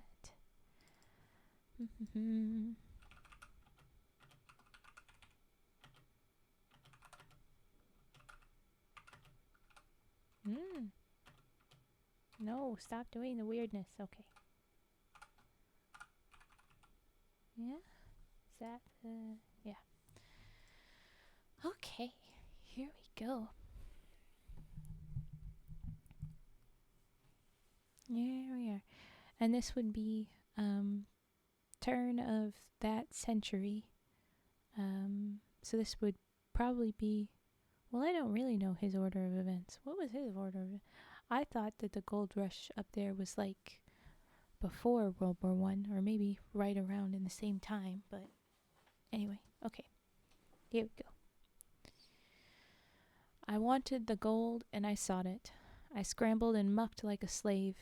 Was it famine or scurvy? I fought it. I hurled my youth into a grave. I wanted the gold and I got it. Came out with a fortune last fall. Yet somehow life's not what I thought it, and somehow the gold isn't all. Putting the phone down for Joe. Yeah, Joe really needs to take a break from his phone. He's just getting too addicted, man. Okay. Oh, no, you can do your cute frogs are what we need more of. You could do a bear hug or something fun with your little frogs. Ooh! I could have my frog hug a bear. I'll figure it out. Anyway, okay, I give the poem. But go ahead and go sleeps. Cage, good night, sleep well. So it was, and somehow the gold isn't all. No, there's the land. Have you seen it? It's the cussedest land that I know, from the big, dizzy mountains that screen it to the deep, death-like valleys below. Some say God was tired when he made it. Some say it's a fine land to shun. Maybe, but there's some as would trade it for no land on earth, and I'm one. You come to get rich, in brackets, damned good reason. You come to get rich, damned good reason. You feel like an exile at first. You hate it like hell for a season. I'm guessing the winter, because it's up way north. And then you are worse than the worst. It grips you like some kinds of sinning. It twists you from foe to a friend. It seems it's been since the beginning. It seems it will be to the end. I've stood in some mighty-mouthed hollow that's plumb full of hush to the brim. I've watched the big husky sun wallow in crimson and gold and grow dim, till the moon set the pearly peaks gleaming and the stars tumbled out neck and crop, and I've thought that I surely was dreaming with a piece of the world piled on top. Ooh, hugs. Good, good, good. Okay. Aw, you're so nice, Radiation Bear, wishing good dreams. Okay. The summer, no sweeter was ever. The sunshiny woods all a-thrill. The grayling a-leap in the river. The bighorn asleep on the hill. The strong life that never knows harness. The wilds where the caribou call. The freshness, the freedom, the farness. Oh God, how I'm stuck on it all. The winter, the brightness that blinds you. The white land locked tight as a drum. The cold fear that follows and finds you. The silence that bludgeons you dumb. The snows that are older than history. The woods where the weird shadows slant. The stillness, the moonlight, the mystery. I've bade 'em goodbye, but I can't. Ugh. There's a land where the mountains are nameless and the rivers all run God knows where. There are lives that are erring and aimless and deaths that just hang by a hair. There are hardships that nobody reckons. There are valleys unpeopled and still. There's a land, oh, it beckons and beckons, and I want to go back and I will. I will say I'm pretty certain there's people there, buddy. They're just called, indigenous. But okay. I want to go back. Yeah, I want to go back and I will. They're making my money diminish. I'm sick of the taste of champagne. Thank God when I'm skinned to a finish, I'll pike to the Yukon again. I'll fight, and you bet it's no sham fight. It's hell, but I've been there before. And it's better than this by a damn sight. So me for the Yukon once more. There's gold, and it's haunting and haunting. It's luring me on as of old. Yet it isn't the gold that I'm wanting so much as just finding the gold. It's the great big broad land way up yonder. It's the forests where silence has lease. It's the beauty that thrills me with wonder. It's the stillness that fills me with peace. That was Spell of the Yukon. Now, the next one, which one? Okay. Next one, I've clicked it, come along. Yeah, this is one of the big story ones. This is called The Cremation of Sam McGee. So, as I kind of said, this is the story ones. They're from when he's up north. So they're stories about, he just said the Yukon. It's the Yukon. If you don't know anything about up there, just think old-timey Arctic stuff. There's dogs sledding and gold rush and such. These poems are making me want to go on a hike. I love going out into nature. Yeah, me too. Honestly, making me want to go on an adventure and go canoeing or something. Okay. The cremation.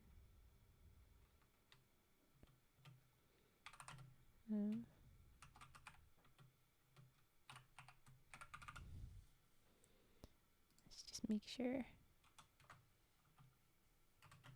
There we go. The Cremation of Sam McGee.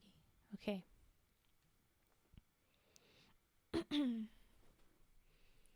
Oh, there's an ad that's going to run. Okay, well then I'll run a quick ad. I'll do a 30-second ad quickly before I do this one so that nobody gets cut off. Yes.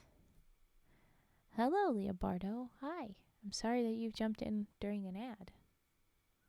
I'll say that again in a moment. And Turtle Boy's here. Do.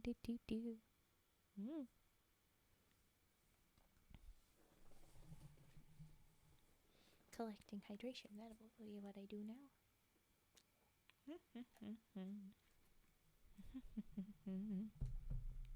Okay. Hello, Leobardo R. Hi, welcome. And hi again, Turtle Boy. Okay, so now... Oh, I did that. Okay.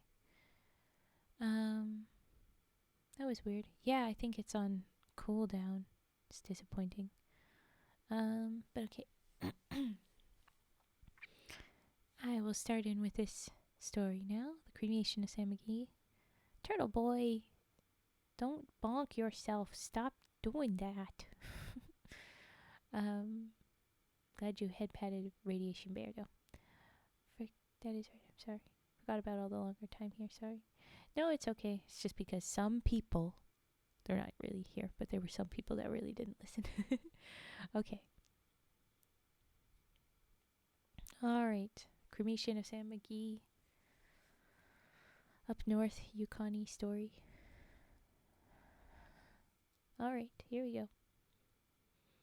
There's already stumble. Stop doing that.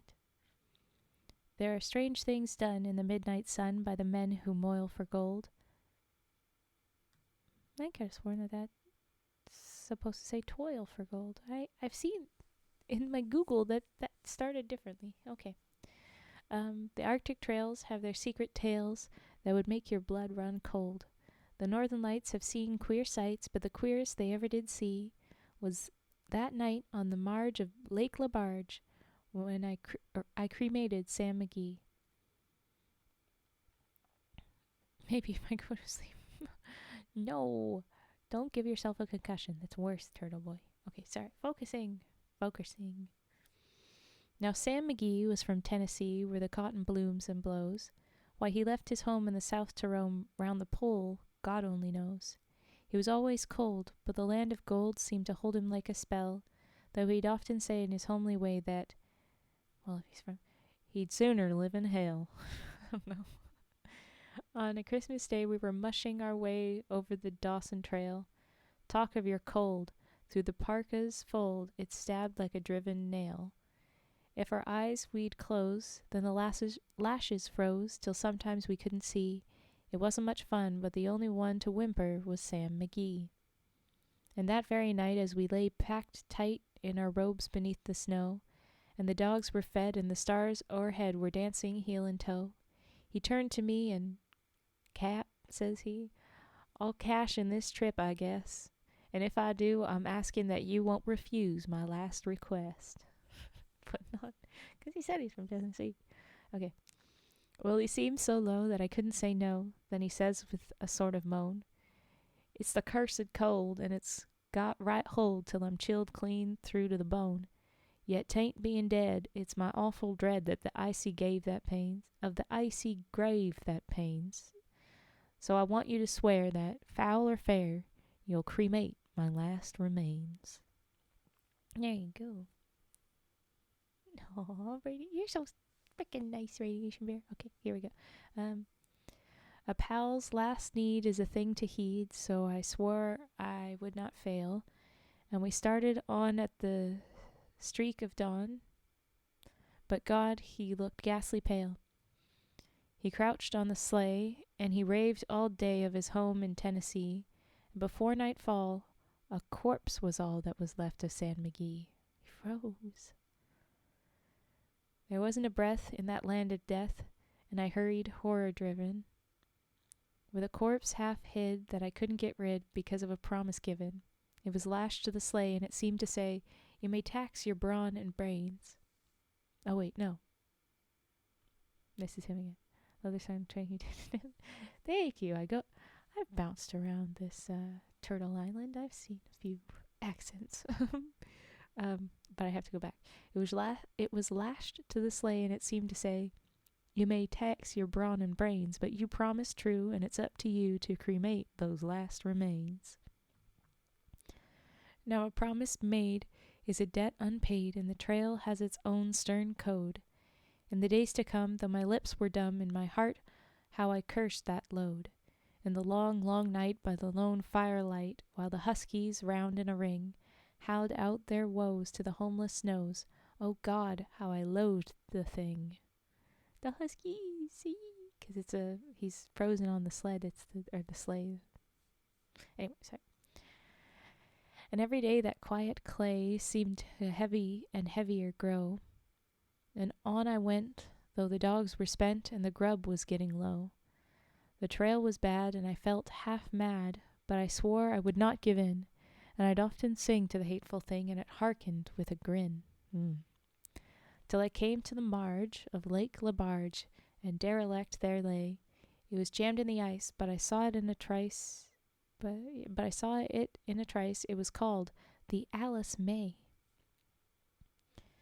And I looked at it, and I thought a bit, and I looked at my frozen chum. Then, here, said I, with a sudden cry, is my crematorium. It does a little dash, dash, dash, dash, dash. It's my crematorium. He did say he was going half mad. Anyway. Some planks I tore from the cabin floor, and I lit the boiler fire. Some coal I found that was lying around, and I heaped the fuel higher. The flames just soared, and the furnace roared, such a blaze you seldom see. And I burrowed a hole in the glowing coal, and I stuffed in Sam McGee. Woo. No, I'm not tired because I've gotten to sleep. I didn't wake up till 2. End up taking a late nap. Yeah. Oh yeah, I guess it's kind of yesterday, but it'll be all right. You should still sleep at some point because you said you have work at 3, Turtle Boy, right? So good luck. You gotta wake up still before that. Okay. So you stuff in Sam McGee. Then I made a hike, for I didn't like to hear him sizzle so. Ooh. And the heavens scowled, and the huskies howled, and the wind began to blow. It was icy cold, but the hot sweat rolled down my cheeks, and I don't know why, and the greasy smoke in an icy cloak went streaking down the sky. Ooh. I do not know how long in the snow I wrestled with grisly fear, but the stars came out and they danced about ere again I ventured near. I was sick with dread, but I bravely said, I'll just take a peep inside. I guess he's cooked, and it's time I looked. Then the door I opened wide. Oh boy. Oh, I'm not tired because I've got... Oh, I already read that. Okay. And there sat Sam, looking cool and calm in the heart of the furnace roar. And he wore a smile you could see a mile. And he said, Please close that door. It's fine in here, but I greatly fear you'll let in the cold and storm. Since I left Plum Tree down in Tennessee, it's the first time I've been warm. There are strange things done in the midnight sun by the men who moil for gold. The Arctic trails have their secret tales that would make your blood run cold. The Northern Lights have seen queer sights, but the queerest they ever did see was that night on the marge of Lake Labarge. I cremated Sam McGee.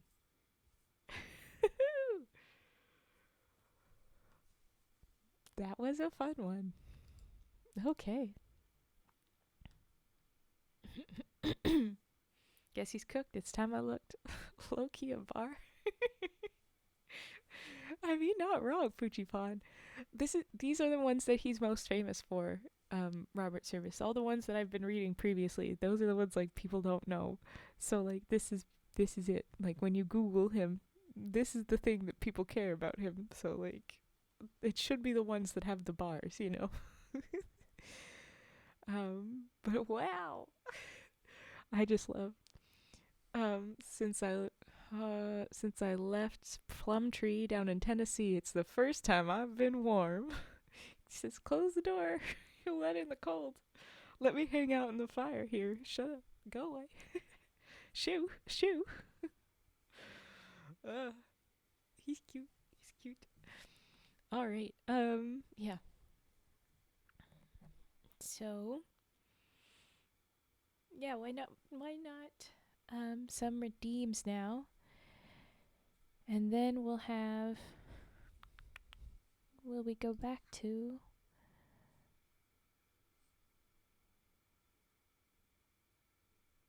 We did that one.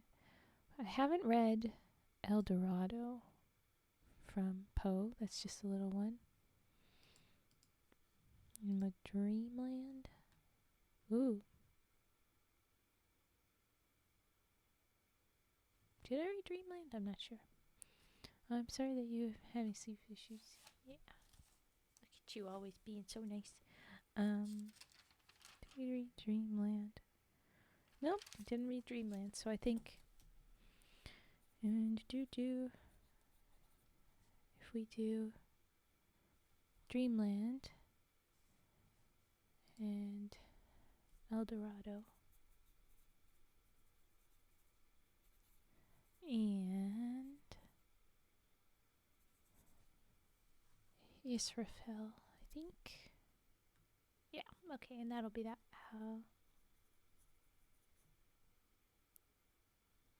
That will be what we read next. And then we'll go back to Robert Service with his next story poem. That's going to be fun, I'm sure. All right, keys, humming, and origami rustling. You got it, folks. Let's get to that. Don't sing copyrighted music. You have not checked if that is copyrighted music, Raven. Don't do it. Okay. Keys.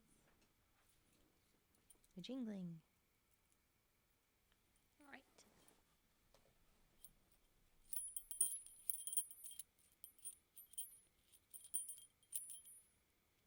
Oh, don't worry about it, Fetster.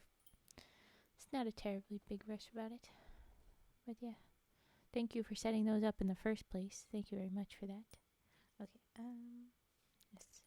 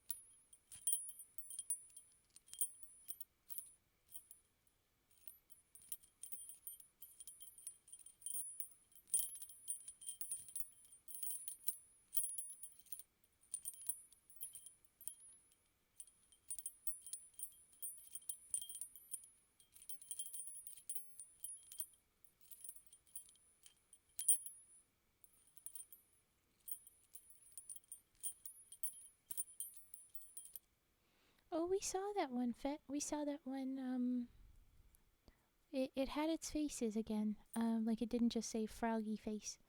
I saw it trigger. I don't know when it was. It might have been the last stream. Might have been the one before. But I've seen it.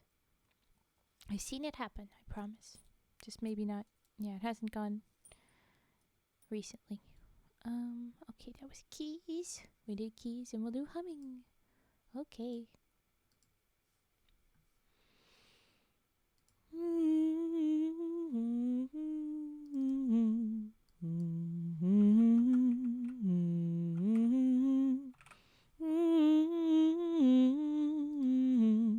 Yeah.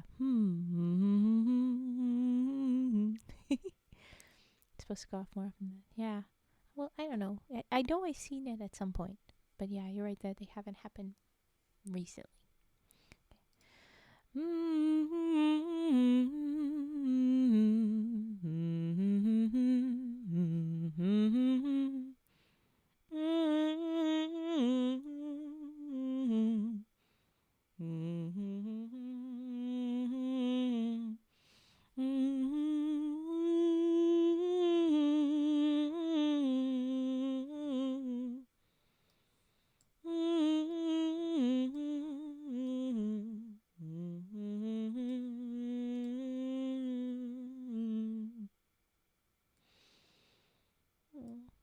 Okay. Oh, thank you, Radiation Bear. Glad it is good for the sleeps. I'm glad that you like it. Okay.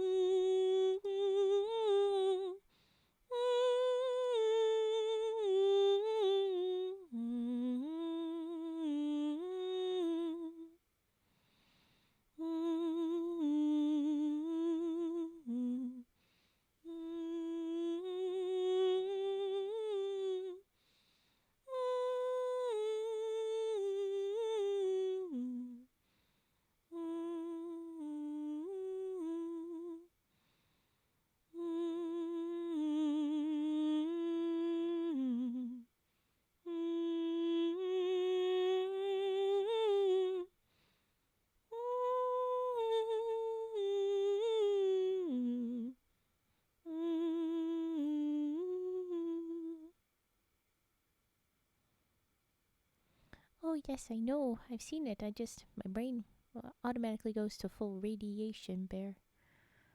I don't know. Maybe. My little frogs are radioactive. They're radiation frogs.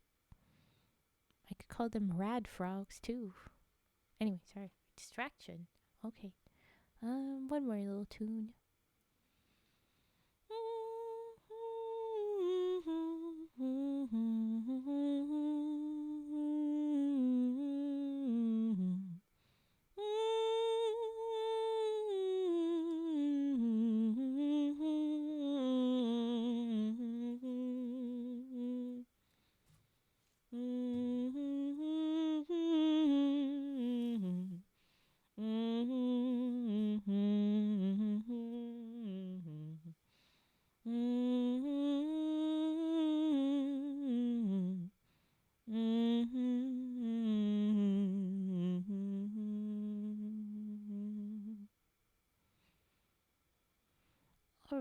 Alright, origami wrestle.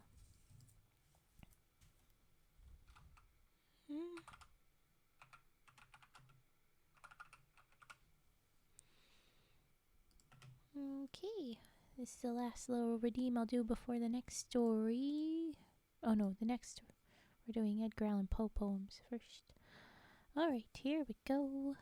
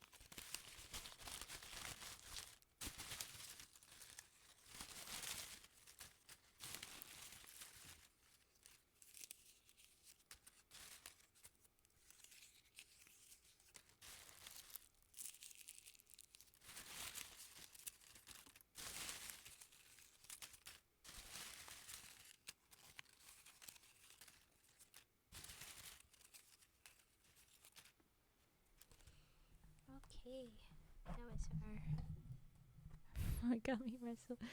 Turtle boy, that's very nice of you. I know 10 great hummers and you're 6 of them. Don't check my math. It's the 6 accents that you can't hear while I'm doing my humming. That's it. No, that's very nice of you. I'm glad you like my humming. Alright. Edgar Allan Poe time. Spoopy, spoopy. Doo doo doo doo. Okay. First one I was gonna do is El Dorado. And this is not a very long one. And ba ba ba doo doo doo doo doo. El Dorado. Okay. Gaily bedight, a gallant knight, in sunshine and in shadow, had journeyed long, singing a song in search of El Dorado. But he grew old, this knight so bold, and o'er his heart a shadow fell as he found no spot of ground that looked like El Dorado. And, as his strength failed him at length, he met a pilgrim shadow. Shadow, said he, where can it be, this land of El Dorado? Over the mountains of the moon, down the valley of the shadow, ride, boldly ride, the shade replied, if you seek for El Dorado. Not a long one at all, as I said. Okay. And then it's Dreamland.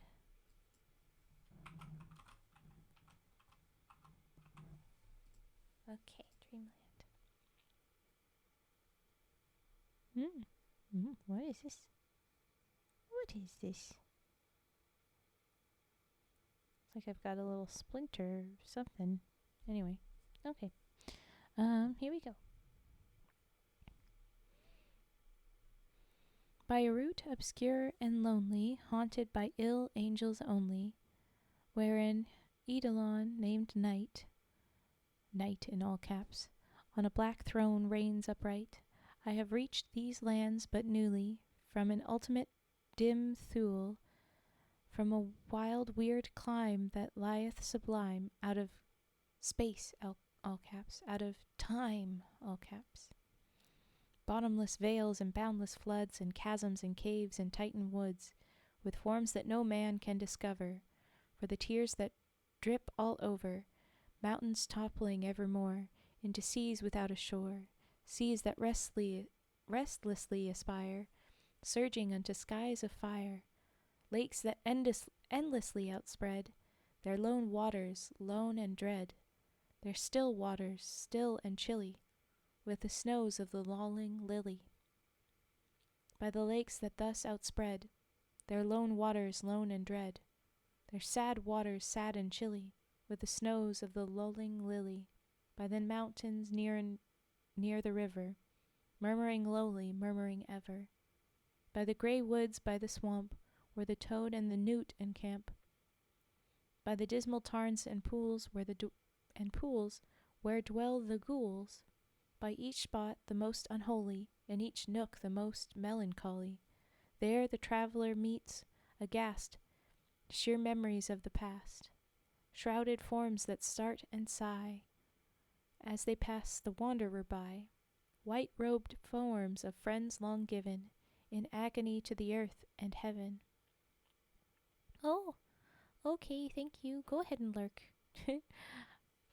I will be sure to mention bears if I need you to join us. Thank you very much, Rad Bear. Thank you. Okay. For the heart whose woes are legion, it's apostrophe T, is a peaceful, soothing region. For the spirit that walks in shadow is an Eldorado. Why not just say tis? I don't know. Okay.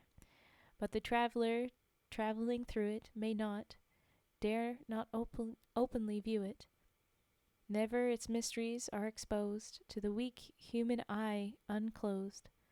So wills its king who hath forbid the uplifting of the fringed lid. Yeah. And thus the sad soul that here passes beholds it but through darkened glasses, by a route obscure and lonely, haunted by ill angels only. Here an Eidolon named Night, all caps, on a black throne reigns upright. I have wandered home but newly from this ultimate dim Thule. Or Thule? And that's the end of Dreamland. Oh, I misspelt that. It's supposed to look like Dream dash Land. But anyway, okay. The last one is for Fel, and then we'll have a short break. I want to rush into I want to make sure there's time for the Robert Service fun that's about to happen. Okay. Israfel. And the angel Israfel, whose heart strings are a lute, and who has the sweetest voice of all God's creatures. Dash Koran. I guess he's referencing someone else, maybe? I don't know. In heaven a spirit doth dwell, whose heartstrings are a lute. None sing so wildly well as the angel Israfel. And the giddy stars, so legends tell, ceasing their hymns, attend the spell of his voice, all mute. Tottering above, in her highest noon, the enamored moon blushes with love, while to listen the red levin, with rapid Pleiads even, which were 7, pauses in heaven. And they say, the starry choir, and the other listening things, that Israfel's, Israfel's fire is owing to that lyre, by which he sits and sings the trembling, living wire of those unusual strings. But the skies that angel trod, where deep thoughts are a duty, where love's a grown-up God, where the hoary glances are imbued with all the beauty which we worship in a star.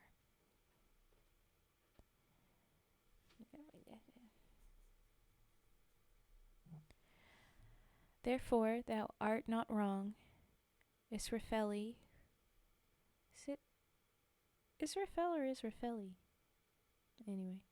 Okay, Israfeli, who despisest an unimpassioned song, to thee the laurels belong, best bard because the wisest, merrily live and long. The ecstasies above with thy burning measures suit, thy grief, thy joy, thy hate, thy love, with the fervor of thy lute, well may the stars be mute. Yes, heaven is thine, but this is a world of sweets and sours, our flowers are merely flowers, and the shadow of thy perfect bliss is the sunshine of ours. If I could dwell where Israfel hath dwelt, and he where I, he might not sing so wildly well a mortal melody, while a bolder note than his might swell from my lyre within the sky.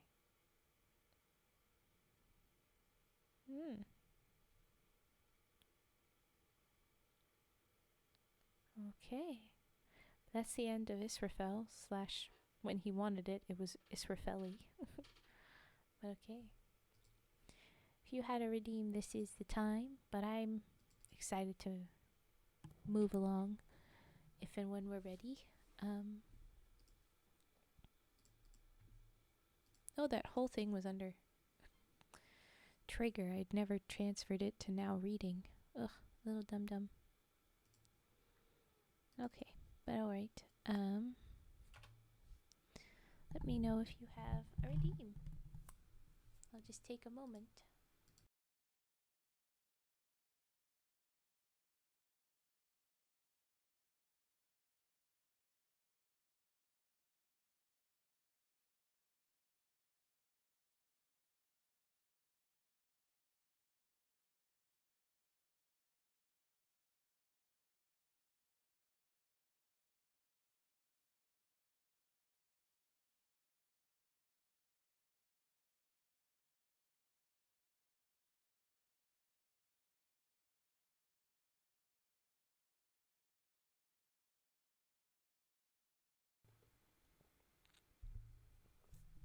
Okay, dice, you got it. I never picked up my D20 that rolled away, so we have to pick that up after this stream. I have to remember it. But here we go with dice.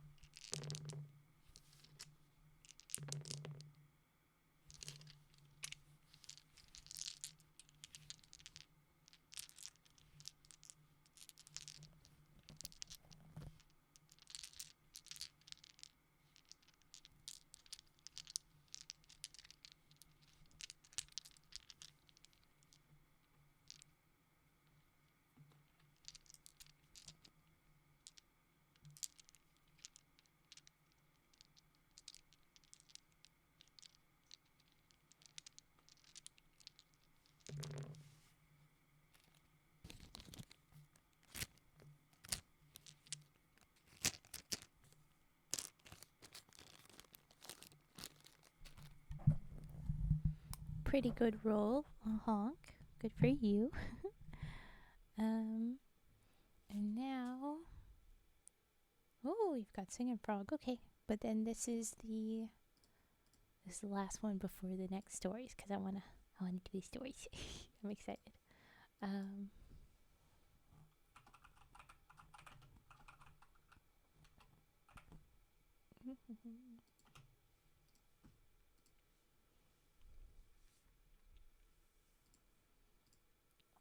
Okay, Singing Frog again, the little star of the show.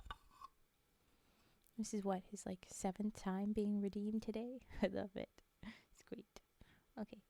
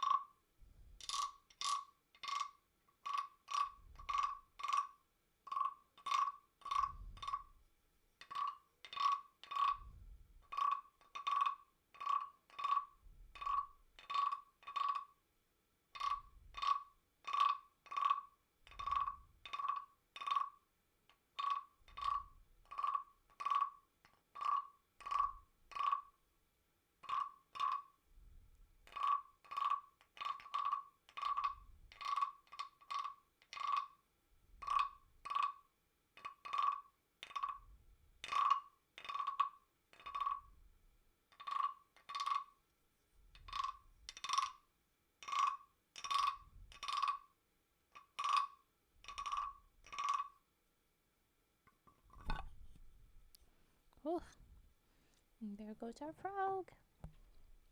Nice roll, nice roll. Got the same one. Generium. Okay. Okay.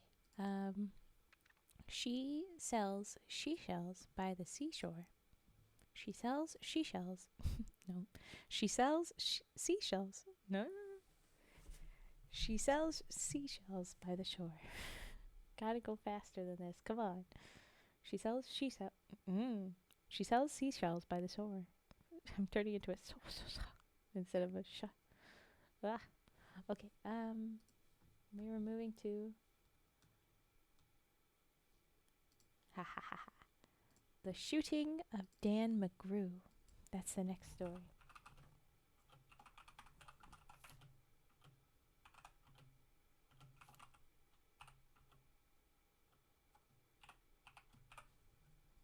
Yeah. She sells she sells She sells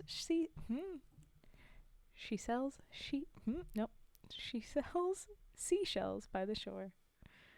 I gotta go slow. I'm not good at the fast yet. But okay. Thank you for that one. That's gonna entertain us a while. Okay. The Shooting of Dan McGrew. Yes, okay. Here we go.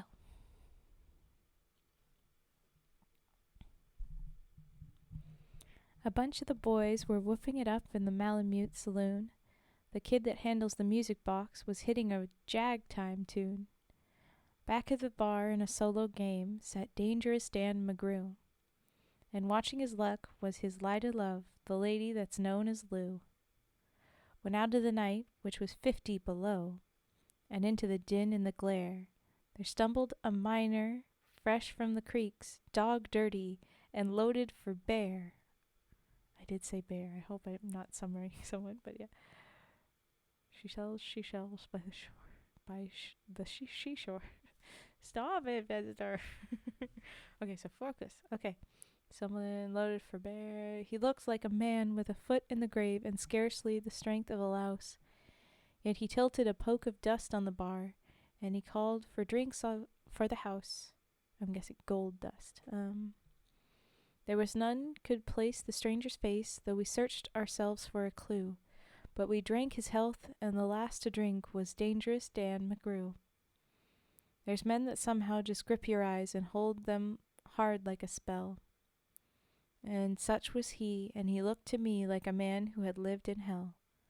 With a face most hair, and the dreary stare of a dog whose day is done, as he watered the green stuff in his glass, and the drops fell one by one. Green stuff in his glass. Then I got to figuring who he was. Yes, figure is what it's spelled. Then I got to figuring who he was and wondering what he'd do, and I turned my head, and there, watching him, was the lady that's known as Lou. His eyes went rubbering around the room, and he seemed in a kind of daze, till at last that old piano fell in the way of his wandering gaze. The ragtime kid was having a drink.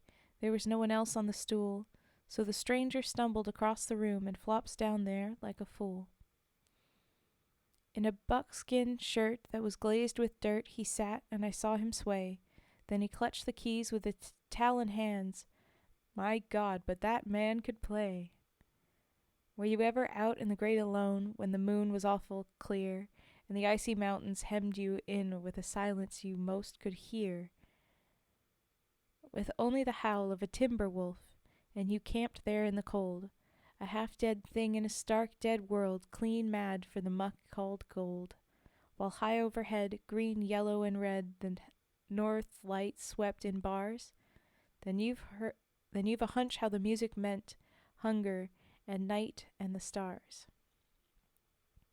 And hunger not of the belly kind that's banished with bacon and beans, but the gnawing hunger of lonely men for a home and all that it means, for a fireside far from the cares that are, 4 walls and a roof above, but oh, so cram full of cozy joy, and crowned with a woman's love, a woman dearer than all the world and true as heaven is true.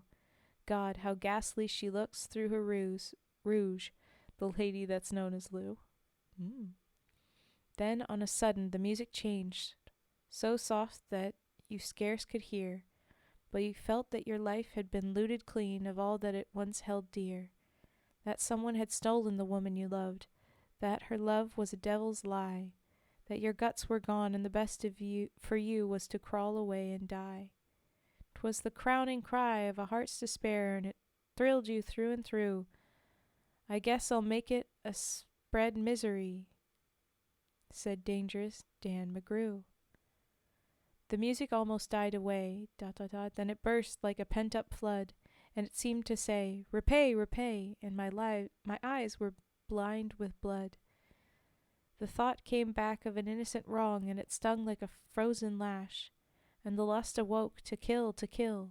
Then the music stopped with a crash, and the stranger turned, and in his eyes they burned in a most peculiar way.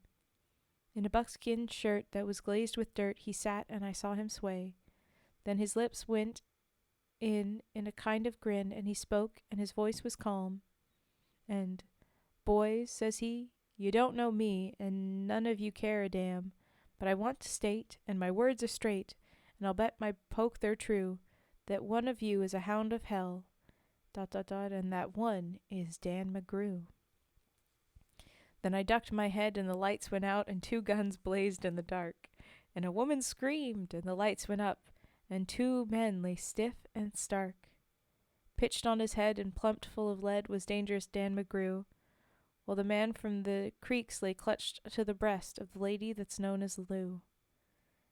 These are the simple facts of the case, and I guess I ought to know. They say that the stranger was crazed with hooch, and I'm not denying it's so. I'm not so wise as the lawyer guys, but strictly between us two. The woman that kissed him and pinched his poke was the lady that's known as Lou. Ooh. Okay. And let's go.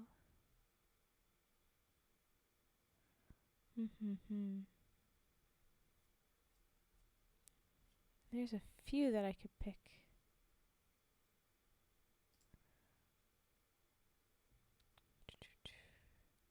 Oh, hey, the twins is on here. That's the twins that we read earlier. I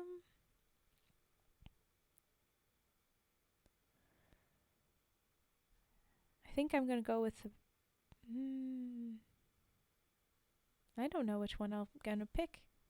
Let's go with the one at the top. The Ballad of Blasphemous Bill. It's a good deal long, but I think that'll be good, and then we'll wrap it up.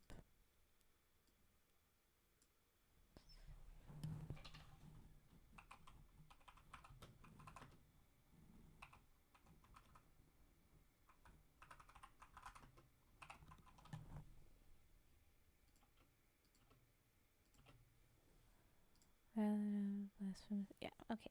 This is it. Alrighty.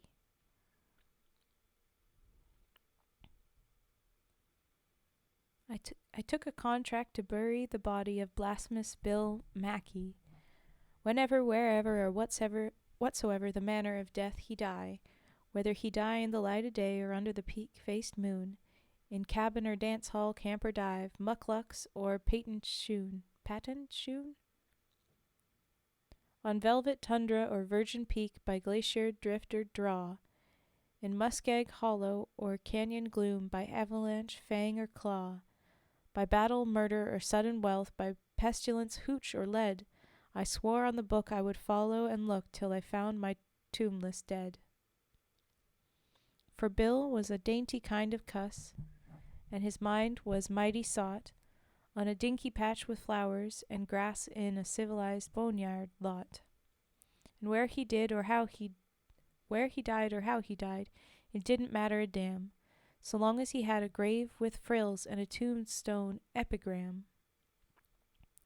So I promised him, and he paid the price in good Cheechako coin, which the same I blowed in that very night down in the Tenderloin.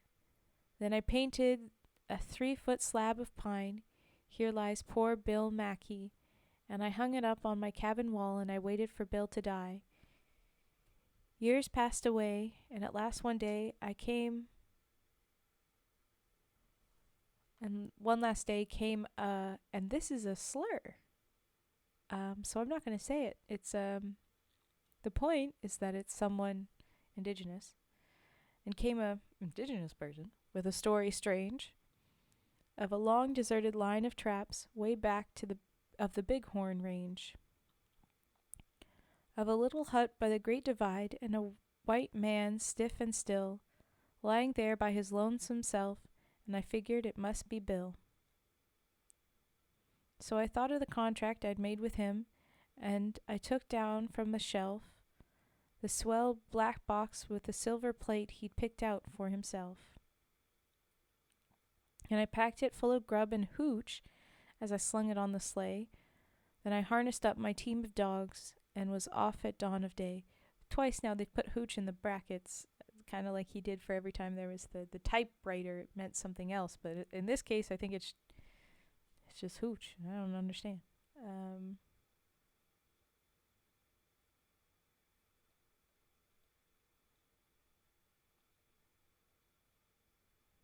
Sorry. Ooh. Okay.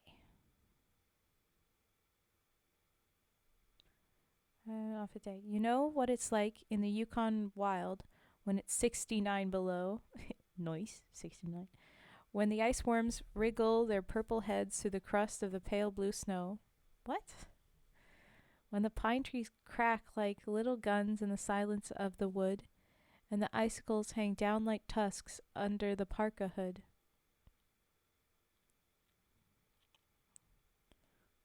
Iceworm?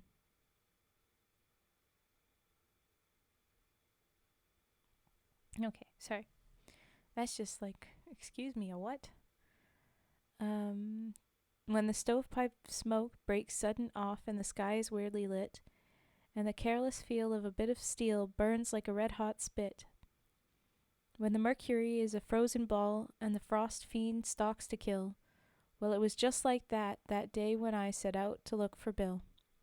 Oh, the awful hush that seemed to crush me down on every hand, as I blundered blind with a trail to find through that blank and bitter land, half dazed, half crazed in the winter wild with its grim, heart-beating woes, and the ruthless strife for a grip on life that only the sourdough knows.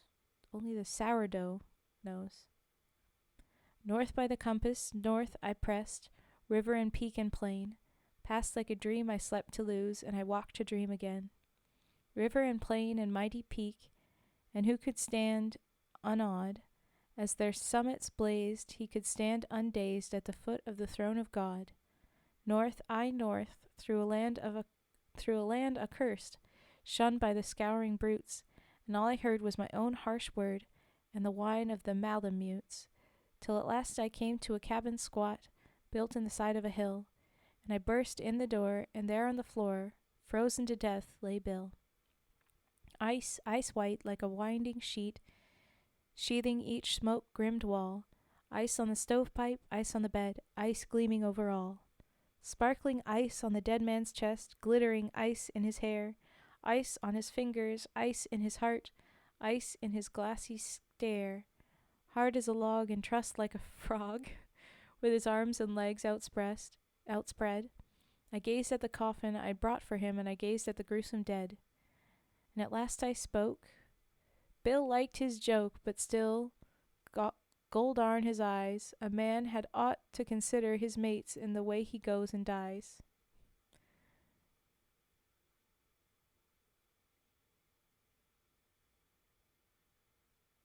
So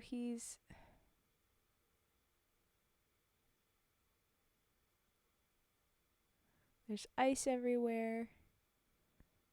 So he's left the door open or something. Or no, he didn't. He had to burst down the door. Just not well-made cabin, I guess, or something. But him being trussed out spread makes me think that it was like he's tied to the bed or something, but that's not it. Anyway, okay. Have you ever stood in an Arctic hut in the shadow of the pole with a little coffin 6x3 and a grief you can't control? Aw. Have you ever sat by a frozen corpse that looks at you with a grin and seems to say, "You may try all day, but you'll never jam me in"? I'm not a man of the quitting kind, but I never felt so blue as I sat there gazing at that stiff and studying what I'd do. Oh, 'cause his arms are stuck out and he's frozen. Then I rose and I kicked off the husky dogs that were nosing round about, and I lit a roaring fire in the stove, and I started to thaw Bill out. Well, I thawed and thawed for 13 days, but it didn't seem no good. His arms and legs stuck out like pegs as if they were made of wood. Till at last I said, it ain't no use, he's froze too hard to thaw.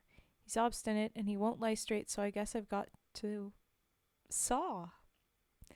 So I sawed off poor Bill's arms and legs, and I laid him snug and straight in the little coffin he picked himself with a dinky silver plate. And I came near to shedding a tear as I nailed him safely down, and I stowed him away in my Yukon sleigh, and I started back to town. So I buried him as the contract was in a narrow grave and deep. And there he's waiting, the great clean-up, when the judgment sluice heads sweep. Sluice it? And I smoke my pipe, and I meditate in the light of the midnight sun, and sometimes I wonder if they was the awful things I done. If they was? Does it maybe mean saw? Anyway. And I sit, and as I sit and the parson talks expounding of the law, I often think of poor old Bill and how hard he was to saw. Oh boy. Yikes.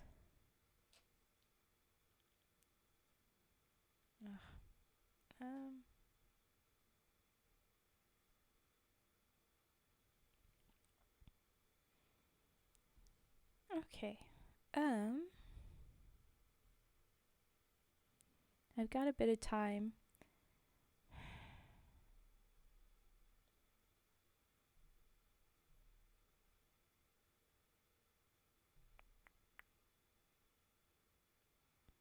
I found another ballad. And it's actually, I got stuck on that ice worm bit, and this one is the ballad of the ice worm cocktail. But it looks like it's long, but I'm intrigued. And we do have a bit of time. And okay, I'll go over time a little bit for it, but this sounds silly. So, I will do it. Just gotta love the phrasing on these old poems. Yeah, well, that's the fun with poems. For the one hand, you gotta get the tempo, so you gotta turn around phrases inside out and stuff, and then rhyme it and such. It's interesting that he threw in an old-timey word that is a slur at this point. Yes,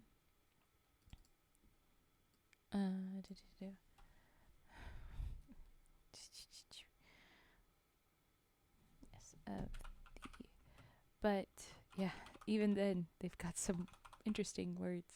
I wonder if some of it, like, there's little things that sound like it would be like things that are different from his other ones. That I wonder if it's about him being up north and stuff. Because a couple of them I think I've heard, but I'm not sure.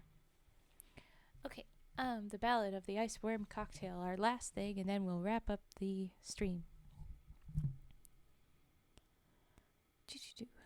Okay.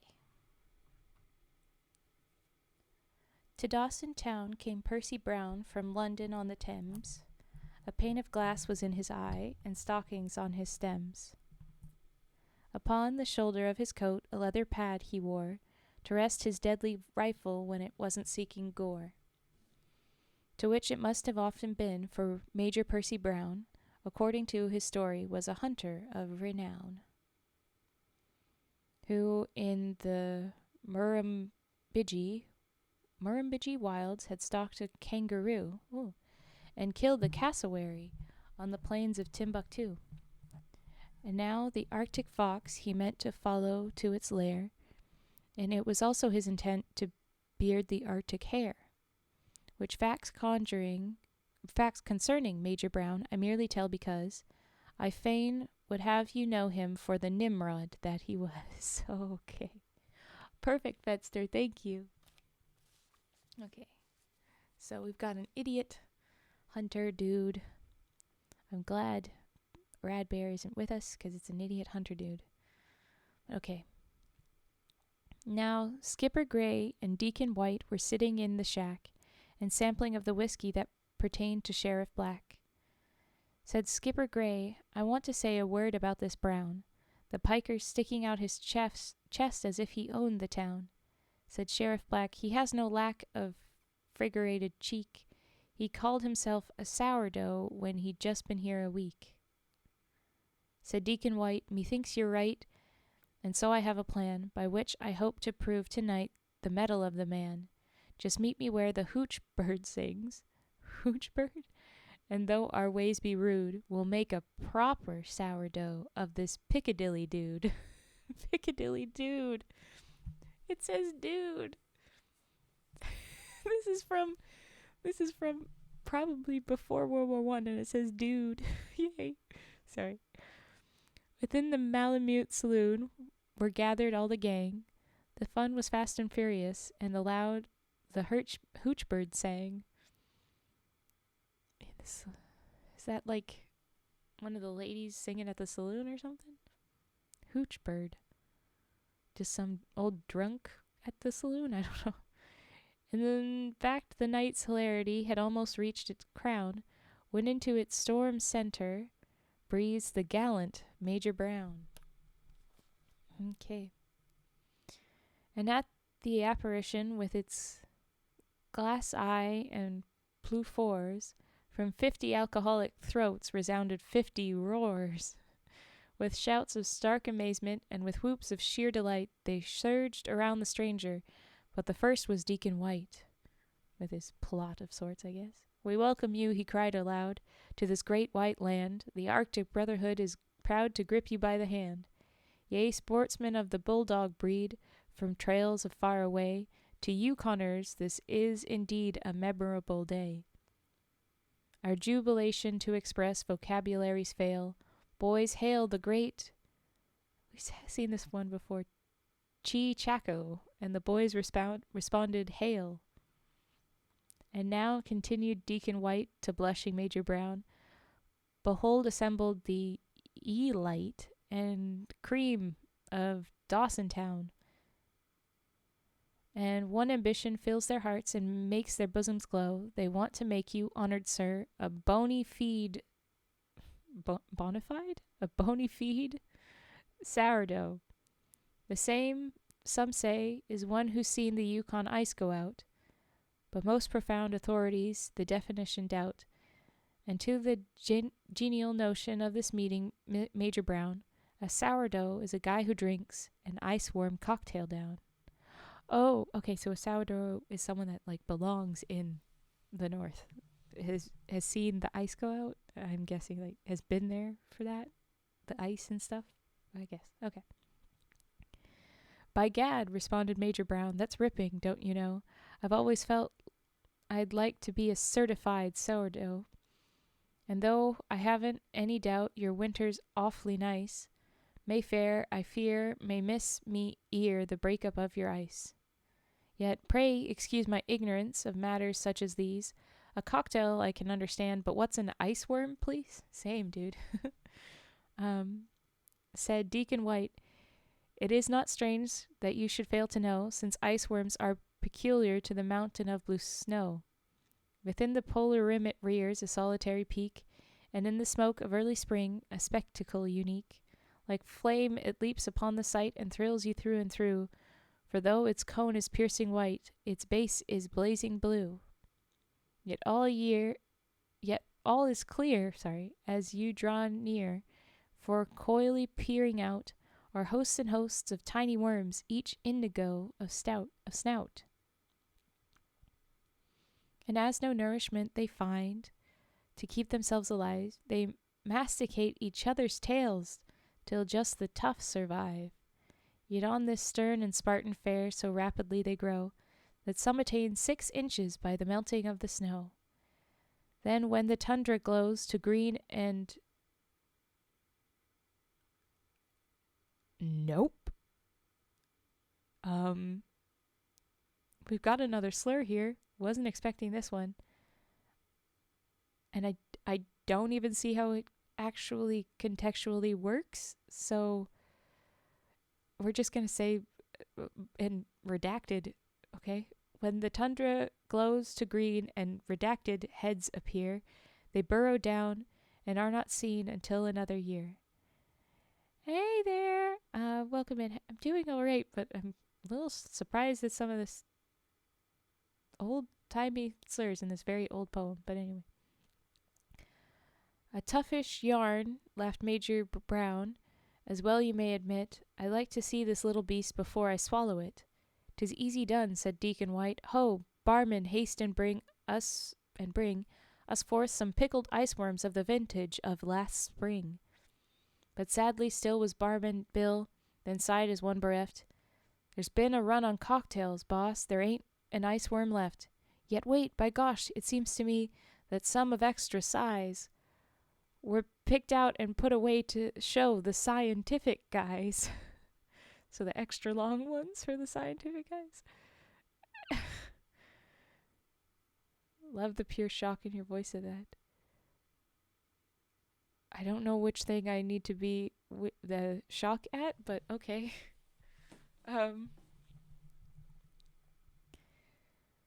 Then deeply in a drawer he sought, and there he found a jar, in the which with due and proper pride he put upon the bar, and in it wreathed in queasy rings or rolled into a ball, a score of grey and greasy things were drowned in alcohol. Their bellies were bilious blue, their eyes a bulbous red, their back were grey, and gross were they, and hideous of head. And when with gusto and a fork the barman speared one out, it must have gone 4 inches from its tail tip to its snout. Cried Deacon White with deep delight, say, isn't that a beaut? I think it is, sniffed Major Brown, a most disgusting brute. I think they said 6 inches and then they said 4 from the extra size, so I think they've got their math wrong here. But the random slur. Of course I'm shocked at that. Like, this guy was been mostly clean of these things, so I'm surprised at them. And like, okay, in the time and up there, it would make some sense to have the like indigenous slur a little bit, because the indigenous people would be around. You'd refer to them at some point. And this is a British guy. He's not from there, but he's being there, I guess. And then this one, it literally, I can't even tell what I don't even know what he's trying to say. I just know that it is a slur that I just saw. So yeah, it's confusing. Anyway, where was I? Isn't that a beaut? I think it is. Sniff maybe most disgusting brute. Very sight gives me the pip. I'll belt my bally hat. You're only spoofing me, old chap. You'll never swallow that. The hell I won't, said Deacon White. Hey, Bill, that fellow's fine. Fix up 4 iceworm cocktails and just pop that wop in mine. So barman Bill got busy, and with sacerdotal air, I don't know if that, his art's supreme achievement, he proceeded to prepare. His silver cups like sickle moon went waving to and fro, and 4 celestial cocktails soon were shining in a row. And in the starry depths of each, artistically piled, a fat and juicy iceworm raised its mottled mug and smiled. Then closer pressed the peering crowd, suspended was the fun, as Skipper Gray, in courteous way, stranger, please take one. With a gesture of disgust, the Major shook his head. You can't bluff me, you'll never drink that ghastly thing, he said. You'll see all right, said Deacon White, and held his cocktail high, till its iceworm seemed to wiggle, and to wink a wicked eye. Then Skipper Gray and Sheriff Black each lifted up a glass, while through their tense and quiet crown a tremor seemed to pass. Drink, stranger, drink, boomed Deacon White. Proclaim you're of the best. A dowdy sourdough who has passed the iceworm cocktail test. And at these words, with all eyes fixed on gaping Major Brown, like a libation to the gods, each dashed his cocktail down. The Major gasped with horror as the trio smacked their lips. He twiddled at his eyeglass with unsteady fingertips. Into his starry cocktail with a look of woe he peered, and its iceworm to his thinking most incontinently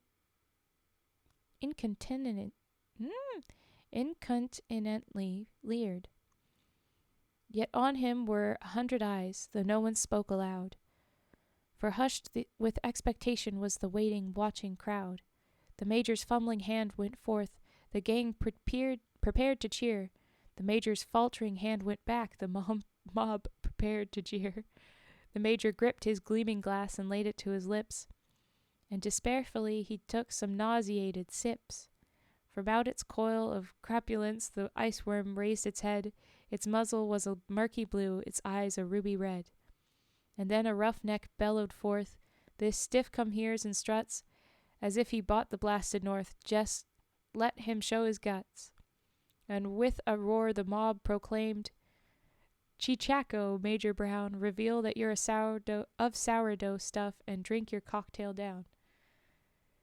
The Major took another look, then quickly closed his eyes, for even as he raised his glass, he felt his gorge arise.